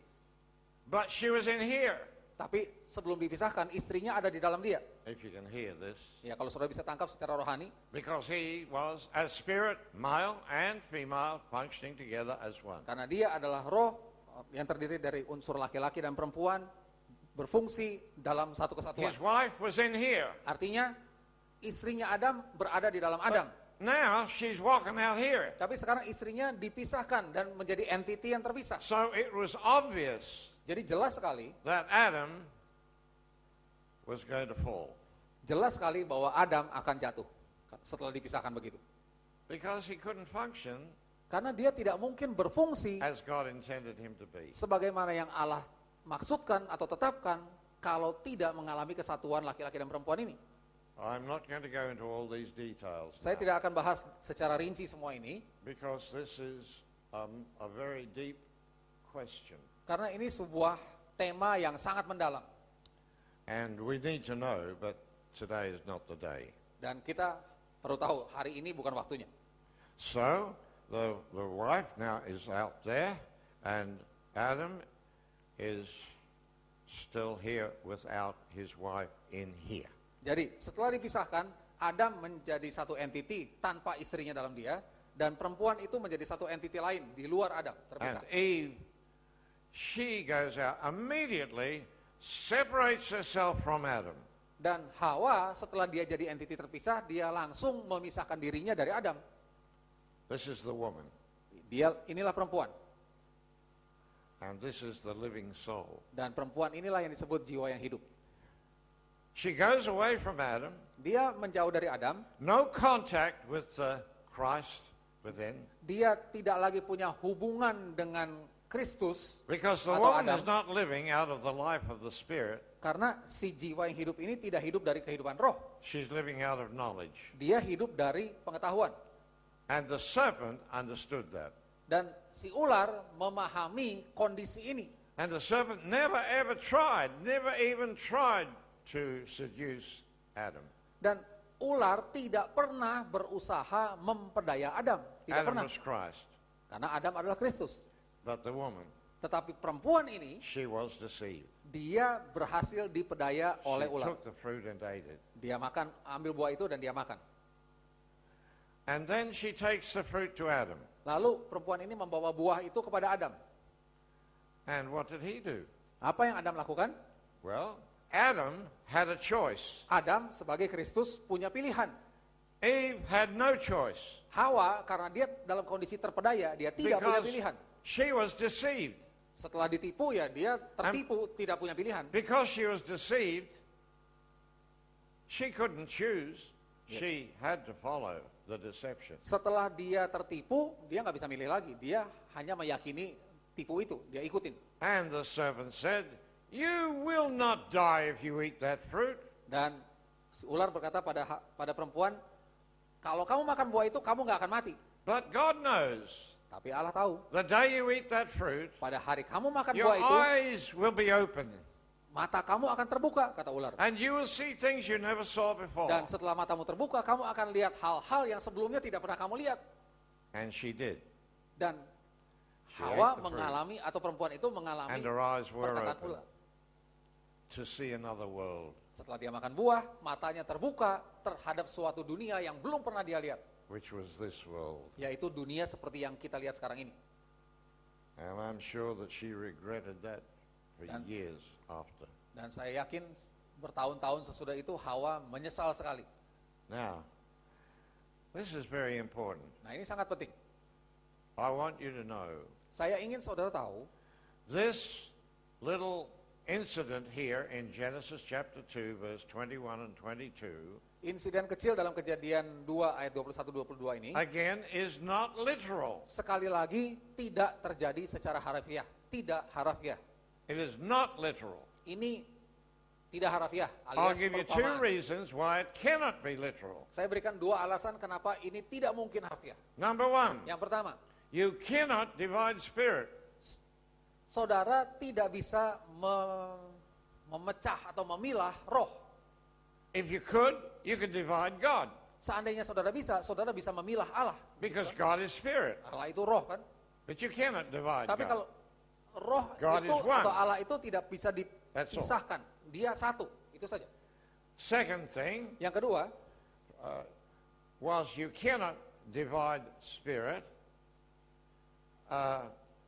Adam was formed in the beginning through the Christ of God as the offspring of God. Adam diciptakan pada mulanya melalui Kristus sebagai keturunan Allah. Katakanlah begitu. And therefore, Karenanya he was spirit in the beginning. pada awalnya Adam adalah roh. And spirit can never change. Dan roh tidak pernah bisa berubah. Nothing in the spirit world can change.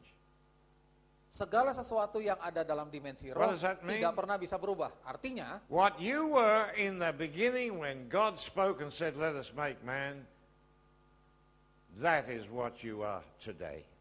keberadaan saudara pada mulanya ketika Allah berfirman, marilah kita menjadikan manusia, saudara ada di dalam Kristus, keberadaan itu sampai sekarang pun tidak berubah. tidak berubah. Itulah keberadaan saudara.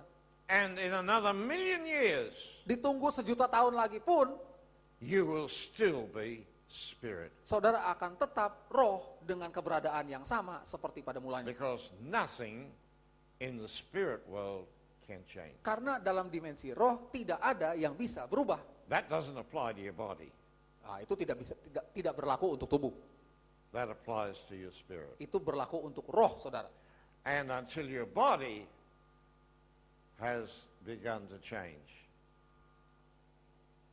Jadi, it will fade away. ya kalau tubuh saudara tidak berubah menjadi tubuh rohani, maksudnya dikuasai sepenuhnya oleh If roh, you happen to die, tubuh saudara otomatis akan makin it'll go loyo, back, makin it'll rentak, go back to the dust. akan kembali kepada Yeah. bumi. Okay. So now this is not literal. Jadi peristiwa ini bukan harafiah. So what are we going to do now with the woman? Lalu apa akan kita apakan perempuan ini sekarang? First of all, Pertama-tama, everybody in the entire world became that woman. semua manusia di bumi ini menjadi perempuan ini. Both male and female, we became that woman. Entah kita berjenis kelamin laki-laki ataupun She perempuan is sekarang, the living soul. kita semua adalah jiwa yang The hidup. living Perempuan itu, soul does not live by the life of God. dan sebagai jiwa yang hidup, kita tidak hidup bersumber dari Allah. The living soul lives by knowledge. Jiwa yang hidup dengan bersumber dari pengetahuan. You understand this? Sudah bisa ngerti ini?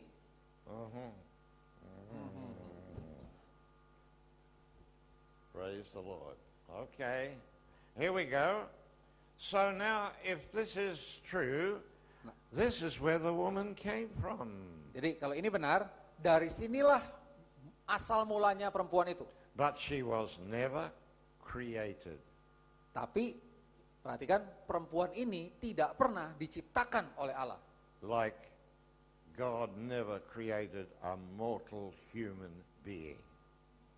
Sama juga yang kita sebut sebagai manusia fana, Tuhan tidak pernah menciptakan manusia fana, tidak pernah. God created you spirit, Allah menciptakan saudara sebagai roh, not a mortal human being. bukan sebagai manusia fana.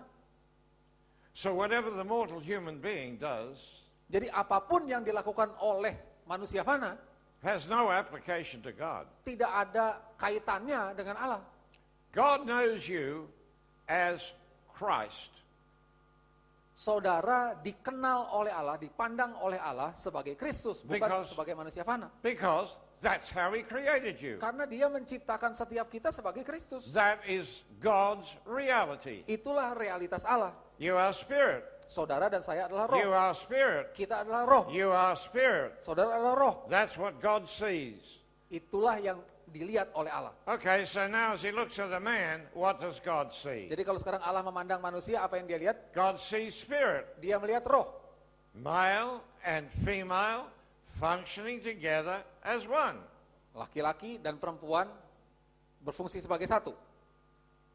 What does He see when He looks at a woman? Oh, sorry. Ketika Allah melihat seorang laki-laki, seperti kami ini, Dia melihatnya sebagai roh. Laki-laki dan perempuan berfungsi sebagai kesatuan. Kalau Dia melihat Anda yang cewek-cewek ini, apa yang Dia lihat? See all you women are very, very keen. What's He going to say now? Ya, saya lihat, wah yang cewek-cewek What does tegang. God see when He looks at a woman? Kalau Allah memandang Ernie, itu Dia lihat apa? God sees Christ. Dia lihat Kristus. Male and female functioning together as one. Juga laki-laki dan perempuan berfungsi sebagai satu. In the old English language, Dalam bahasa Inggris kuno, 100 years ago in England, 100 tahunan yang lalu di Inggris, the woman was called the womb man. Perempuan disebut dalam bahasa Inggris kuno itu laki-laki yang punya rahim. Nah, In itu. other words, the man with the womb. Atau manusia yang punya rahim. That's what she was called. Nah, perempuan disebut itu. Ini manusia yang punya Which is rahim, the ini truth. manusia yang gak punya rahim. Cuma itu aja. Now listen, Nah, this sekarang, is very important. ini penting. Women have been denigrated in our world. particularly today. yang namanya perempuan, cewek-cewek ini, kaum Hawa ini diremehkan, direndahkan They dalam have been dunia put sekarang. down. Mereka dipandang remeh. If you were in Kenya, where I minister, Seandainya saudara ikut dengan Des Walter pelayanan ke Kenya, they are big, strong men there. di sana cowok-cowoknya gede-gede, badannya tegap-tegap, And you see kuat-kuat, the big, strong man walking down the road. dan kelihatan laki-laki yang keker-keker ini jalan di jalanan. About 10 paces behind him is his wife. 10 meteran di belakang dia berjalan istrinya. 10 she's meter got- di belakang suaminya. A great load on her head. Dan si perempuan ini And she's mikul probably got both arms full. beban berat di kepalanya begitu. She's staggering along Dua tangannya there. juga banyak barang There's bawaan a dan dia man bersusah walking payah. Suaminya jalan lenggang aja. Padahal suaminya You yang see keker. what we've done to women? Saudara lihat apa yang dilakukan umat manusia terhadap kaum Hawa? Oh, we're a bit kinder here, aren't we? Ya mungkin A little bit kinder. cowok-cowok yang di sini rada baik lah dibandingin yang But itu I ya. want to tell you, the church has not helped the women. Tapi saya mau katakan, gereja pun kurang, kalau katakan kurang menolong kaum Hawa ini. Because the woman has been made second class. Karena perempuan, wanita dibikin kelas 2. So the woman has to obey her husband. Sampai dibilang, istri harus tunduk kepada suami. The woman, she must always give way to her husband. Istri harus mengutamakan suami. She's the weaker vessel. Dia bejana yang lebih lemah. So you got to listen to the men. Bejana yang lebih lemah mesti mendengar pria karena pria lebih kuat. This is what the religious world teaches you. Dunia agama mengajarkan begitu. I want to tell you today, Saya mau katakan pada saudara hari there ini, is no difference between you women and you men. tidak ada bedanya antara kalian yang From cewek-cewek dengan yang God's cowok-cowok. Tidak point ada of bedanya. view. Karena Kristus yang sama berdiam di dalam semua. I knew that'd make you happy. Wah, saya tahu Ruth pasti akan senang. I'm saying from God's point of view, not from the earth's point of view. Saya mengatakan ini dari sudut pandang Allah, bukan dari sudut pandang kaum And feminis. the only difference between you women and us men Jadi satu-satunya perbedaan antara kalian para cewek dengan kami para cowok is physical. adalah perbedaan tubuh saja, That fisik. your body Tubuh was yang kalian pakai. designed so that it could procreate. In other words, you were given a womb. Dengan kata lain, tubuh yang kalian pakai sekarang ini diciptakan dengan sebuah rahim sehingga bisa melahirkan. But you can't use that womb unless you have a man beside you. Tapi rahim itu tidak bisa dipakai untuk melahirkan juga kalau tidak ada laki-laki. So the man's going to win every Benar. time. Jadi, But then the man can't have a child either without you, so you got it even. jadi laki-laki bilang, gua dong yang lebih hebat. Tapi yang laki-laki juga mesti sadar, nggak bisa punya anak kalau nggak ada istri. Spiritually, there is no difference. Jadi secara rohani tidak ada beda sama sekali antara Look yang at cowok the dan cewek. fights and arguments in the churches today. Coba kita lihat pertentangan, perdebatan, perjuangan antara kaum pria Oh. dan wanita di gereja. Are we going to let the women become pastors? Perempuan boleh jadi pendeta nggak? Boleh naik mimbar nggak? Some churches will, some churches won't. Beberapa gereja mengizinkan, beberapa gereja tidak You see? mengizinkan. So the line of demarcation is always there. Jadi garis pemisah antara laki-laki dan perempuan selalu dipasang. I haven't got time to go into this Wah, today. saya nggak punya waktu untuk bahas semua itu. But I want to tell you, Tapi saya mau katakan, I had to put my wife, who was out there, back where she belonged. saya harus menempatkan istri saya yang badannya ada di luar The sana. Apostle Paul Saya harus says- tempatkan dia kembali ke dalam saya. The Apostle Paul says, Paulus berkata, Rasul Paulus, I have bequeathed you to the Christ as a chaste virgin. aku telah menyerahkan kamu kepada Kristus sebagai mempelai perempuan yang idaman begitu, mempelai perempuan For idaman. many of you people, Bagi banyak dari saudara, the Christ is still waiting to be married. saudara merasa Kristus itu masih lagi nungguin untuk menikah dengan saudara. Not in the literal sense, Bukan menikah secara harafiah, in tentu. the spiritual sense. Tapi dalam pemahaman rohani.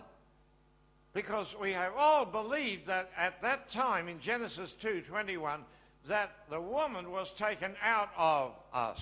Karena kita sudah terlanjur sangat meyakini bahwa perempuan itu telah dipisahkan dari Adam atau dari Kristus, sehingga kita sekarang dalam kondisi terpisah. I want you to know Saya ingin saudara semua tahu, the woman was never taken out of us. unsur perempuan itu tidak pernah dikeluarkan dari kita.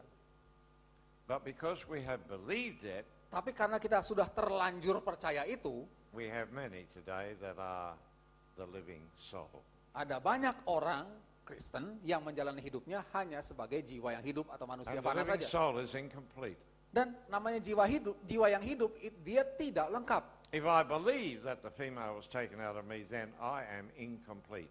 Kalau saya sebagai laki-laki percaya bahwa unsur perempuan itu And what did dikeluarkan God atau say? terpisah dari saya tidak lengkap. God said, Allah berkata, for this cause, untuk inilah a man will leave his father and his mother Untuk and alat- will cleave unto his wife, and the two will become one flesh. ya, dikatakan begini, Allah berkata, untuk alasan inilah seorang laki-laki akan meninggalkan ayah ibunya dan bersatu dengan istrinya, dan keduanya akan menjadi satu daging. So we get married. Jadi kita menikah. Now we're right, because you see, I've got my other part in here Kita now. pikir, I've got my sekarang other saya part. punya pasangan saya. I'm married. Kita menikah.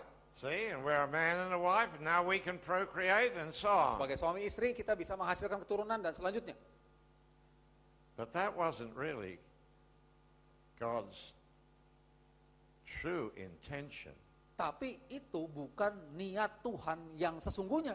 I'm not saying it's wrong to Saya- get married and have Saya children. bukan no. bilang menikah dan punya anak itu salah. But Bukan. there is a higher level of understanding. Tetapi ada dimensi atau tingkatan pemahaman yang lebih tinggi dari sekedar God begitu. wants every one of you to be able to reproduce. Allah ingin setiap saudara tanpa perlu pasangan mampu bereproduksi, melahirkan sesuatu By the Spirit, oleh roh tentunya, not with an egg and a sperm. bukan lewat sperma dan sel telur. Why? Kenapa? When God said to Abram, Ketika Allah berkata pada Abraham, your seed will be as the stars of heaven, benihmu atau keturunanmu akan menjadi seperti bintang-bintang di langit. the Apostle Paul picked that up and said, Rasul Paulus di Galatia 3:16 mengutip itu dan berbicara God begini. was not talking to Adam about seeds as of many, Allah tidak berkata pada Abraham bahwa dia akan punya keturunan-keturunan atau banyak keturunan. only one seed. Tapi hanya satu keturunan, satu benih. God does not have another seed. Sekali lagi, sejak awal dikatakan Allah cuma melahirkan satu benih saja, tidak punya benih yang lain. Only one seed. Cuma satu benih. And what is that? Benih itu apa? That seed is Christ. Benih itu adalah Kristus. He's the seed of God. Dialah benih Allah. That is the only child that you will produce Dan- that is truly the offspring of God. Dan ketika saudara melahirkan secara rohani, yang saudara lahirkan adalah Kristus itu. And Galatians chapter 4 and verse 19, Galatia 4 ayat 19, what does he say? apa yang dikatakan di situ? He's talking to the church in Galatia, Paulus bicara pada umat jemaat Tuhan di and Paul Galatia. says, Paulus bilang, do I have to travail in pain again apakah until Christ is formed in you? apakah aku harus mengalami sakit bersalin lagi sampai Kristus terbentuk di dalam kamu? That is ministry, Itulah pelayanan, birthing the Christ in melahirkan others. Kristus di dalam orang-orang lain. But you have to birth the Christ in here first. Tapi saudara terlebih dulu harus melahirkan Kristus itu di dalam diri saudara. When we say birthing the Christ, we are not talking about physical birthing. Kalau kita bicara tentang melahirkan Kristus, We're talking itu bukan about a spiritual birthing. kelahiran secara I jasmani, can tapi tell rohani. you Christ is in you. Dan saya katakan Kristus I can ada tell dalam you saudara. Christ is in all of you. Saya bisa katakan Kristus ada dalam But saudara, I dalam want to semua tell saudara. you that Christ will not be functional in you Tetapi saya mau tegaskan, Kristus yang dalam saudara itu tidak akan berfungsi dalam saudara until the seed has fallen into the ground and dies. sampai benih itu jatuh terlebih dulu ke dalam tanah dan mati. For it will abide alone. Karena dia harus But if disendirikan. it dies, Nah, ketika dia mati, it will bring forth much fruit. dia akan menghasilkan banyak buah. The mortal man Manusia fana, must die manusia fana dalam kita harus because mati. God never created a mortal man. Atau katakanlah begini, kodrat identitas manusia fana dalam kita harus mati karena itu tidak pernah diciptakan So- oleh Allah. What does he do Jadi apa yang dia lakukan? to help us? Untuk menolong kita He sent mematikannya, his son to the cross dia mengutus anaknya ke salib, ke kayu salib. to relieve us, if you like, of our humanity that makes us mortal. Dan dengan matinya Yesus Kristus di kayu salib, dia membebaskan, melepaskan kita dari kehidupan sebagai manusia fana. Sehingga Because kita the bisa mortal hidup man, tidak sebagai manusia fana. his life is in the blood. Karena bagi manusia fana, hidupnya, nyawanya ada dalam darah. That's in Leviticus chapter 17, verse 11. Itu Imamat 17 ayat 11. The life is in the blood. Nyawa ada dalam darah. But my life today is not in the blood. Tapi nyawa saya atau hidup saya tidak berada dalam darah saat My ini. life is in the Christ of God. Hidup saya berada di dalam Kristus. It's in the Spirit. Ada dalam dimensi roh. You see the difference? Saudara lihat bedanya? The life in the blood is mortal life. Hidup yang ada dalam darah adalah And- kehidupan yang fana. The mortal man cannot do the will of God. Dan sebagai manusia fana, tidak mungkin dia melakukan kehendak The Allah. mortal man Manusia fana is helpless tidak berdaya. when it comes to doing the will and purpose Tidak of berdaya God. kalau sudah sampai melakukan hal-hal rohani. Manusia No fana tidak mortal berdaya. man is going to see the miracles of Jesus. Tidak ada manusia fana bisa melihat atau bisa melakukan mujizat yang Yesus lakukan. The Christ in you Tapi Kristus yang dalam is saudara the seed of God. adalah benih dari Allah. When that is planted within us, Dan ketika Kristus atau benih itu ditanam di dalam kita, the earth of our humanity, maka tanah kemanusiaan kita ini, his death kematiannya is our death. adalah kematian kita. We died in him. Kita mati di He dalam poured Kristus. out even the last drop of blood that was in his body Yesus telah meneteskan darah yang terakhir, tetes terakhir yang ada di tubuhnya. because our life from that moment Karena was to sejak be in the Spirit. saat itu, kehidupan kita manusia harus The dijalani body of dalam dimensi roh. Jesus was taken from the cross. Lalu tubuh Yesus diturunkan There dari was no blood in it. dari kayu salib dan tidak ada lagi darah. He was buried. Dia dikuburkan. Nobody gave him a blood transfusion. Tidak ada yang transfusi darah ke dalam tubuhnya yang mati itu. And on the third day, Dan pada hari yang ketiga, that man walked out of the tomb. dia berjalan keluar dari liang kubur. That is the new creation man. Yang berjalan keluar, yang bangkit itu adalah manusia ciptaan baru, bukan Yesus yang mati di kayu salib itu. The life is in the Christ. Sekarang hidupnya ada dalam Kristus. And that's what releases us into this life I've been sharing with you Dan today. karya Kristus itulah yang membebaskan kita untuk masuk dalam jenis kehidupan yang saya ceritakan sekarang ini. So today, Jadi hari ini, you've heard a lot of things. saudara sudah dengar banyak hal. Many of them have contradicted doctrines that you have been taught. Banyak dari pernyataan saya telah berlawanan, bertentangan dengan doktrin yang saudara pelajari. I am not asking you to believe me and not the things that you've been taught. Saya tidak minta pada saudara untuk percaya pada saya dan tidak lagi percaya pada pengajaran yang sebelumnya, bukan itu. I'm saying that your response will be Dan to saya, spend time in the presence of the Father. dan saya bisa katakan respon saudara yang terbaik adalah And instead of luangkan asking, waktu di hadirat Bapa. me 50 questions, Daripada saudara mengajukan pertanyaan pada saya, tapi ini, tapi itu, which is simply your mind, what you think, as opposed to what the Bible is teaching, dan pertanyaan yang tapi itu kan pemikiran kita you are menentang better. apa yang dikatakan oleh Alkitab atau apa yang disampaikan tadi. It's more profitable for you to spend that time in the Daripada presence nanya-nanya of begitu, God. lebih baik saudara mengambil waktu berdiam diri di hadapan Tuhan. So today, Jadi hari ini, I want to tell you that I love you. saya mau katakan saya mengasihi saudara. I think you are wonderful Saya kira saudara luar biasa because you came out of Christ. karena setiap saudara berasal dari Kristus. You are my brothers and sisters. Saudara semua adalah saudara-saudari saya. I have no judgment against you. Saya Whatever. tidak menghakimi saudara dalam hal apapun.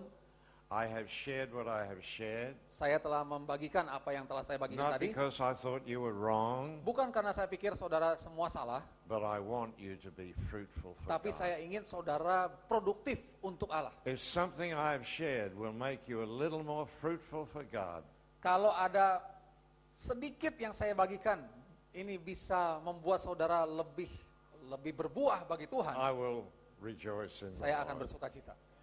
So you see, don't just take my word Jadi for it, jangan cuma terima perkataan Des Walter, but you seek the Lord. tapi carilah Tuhan.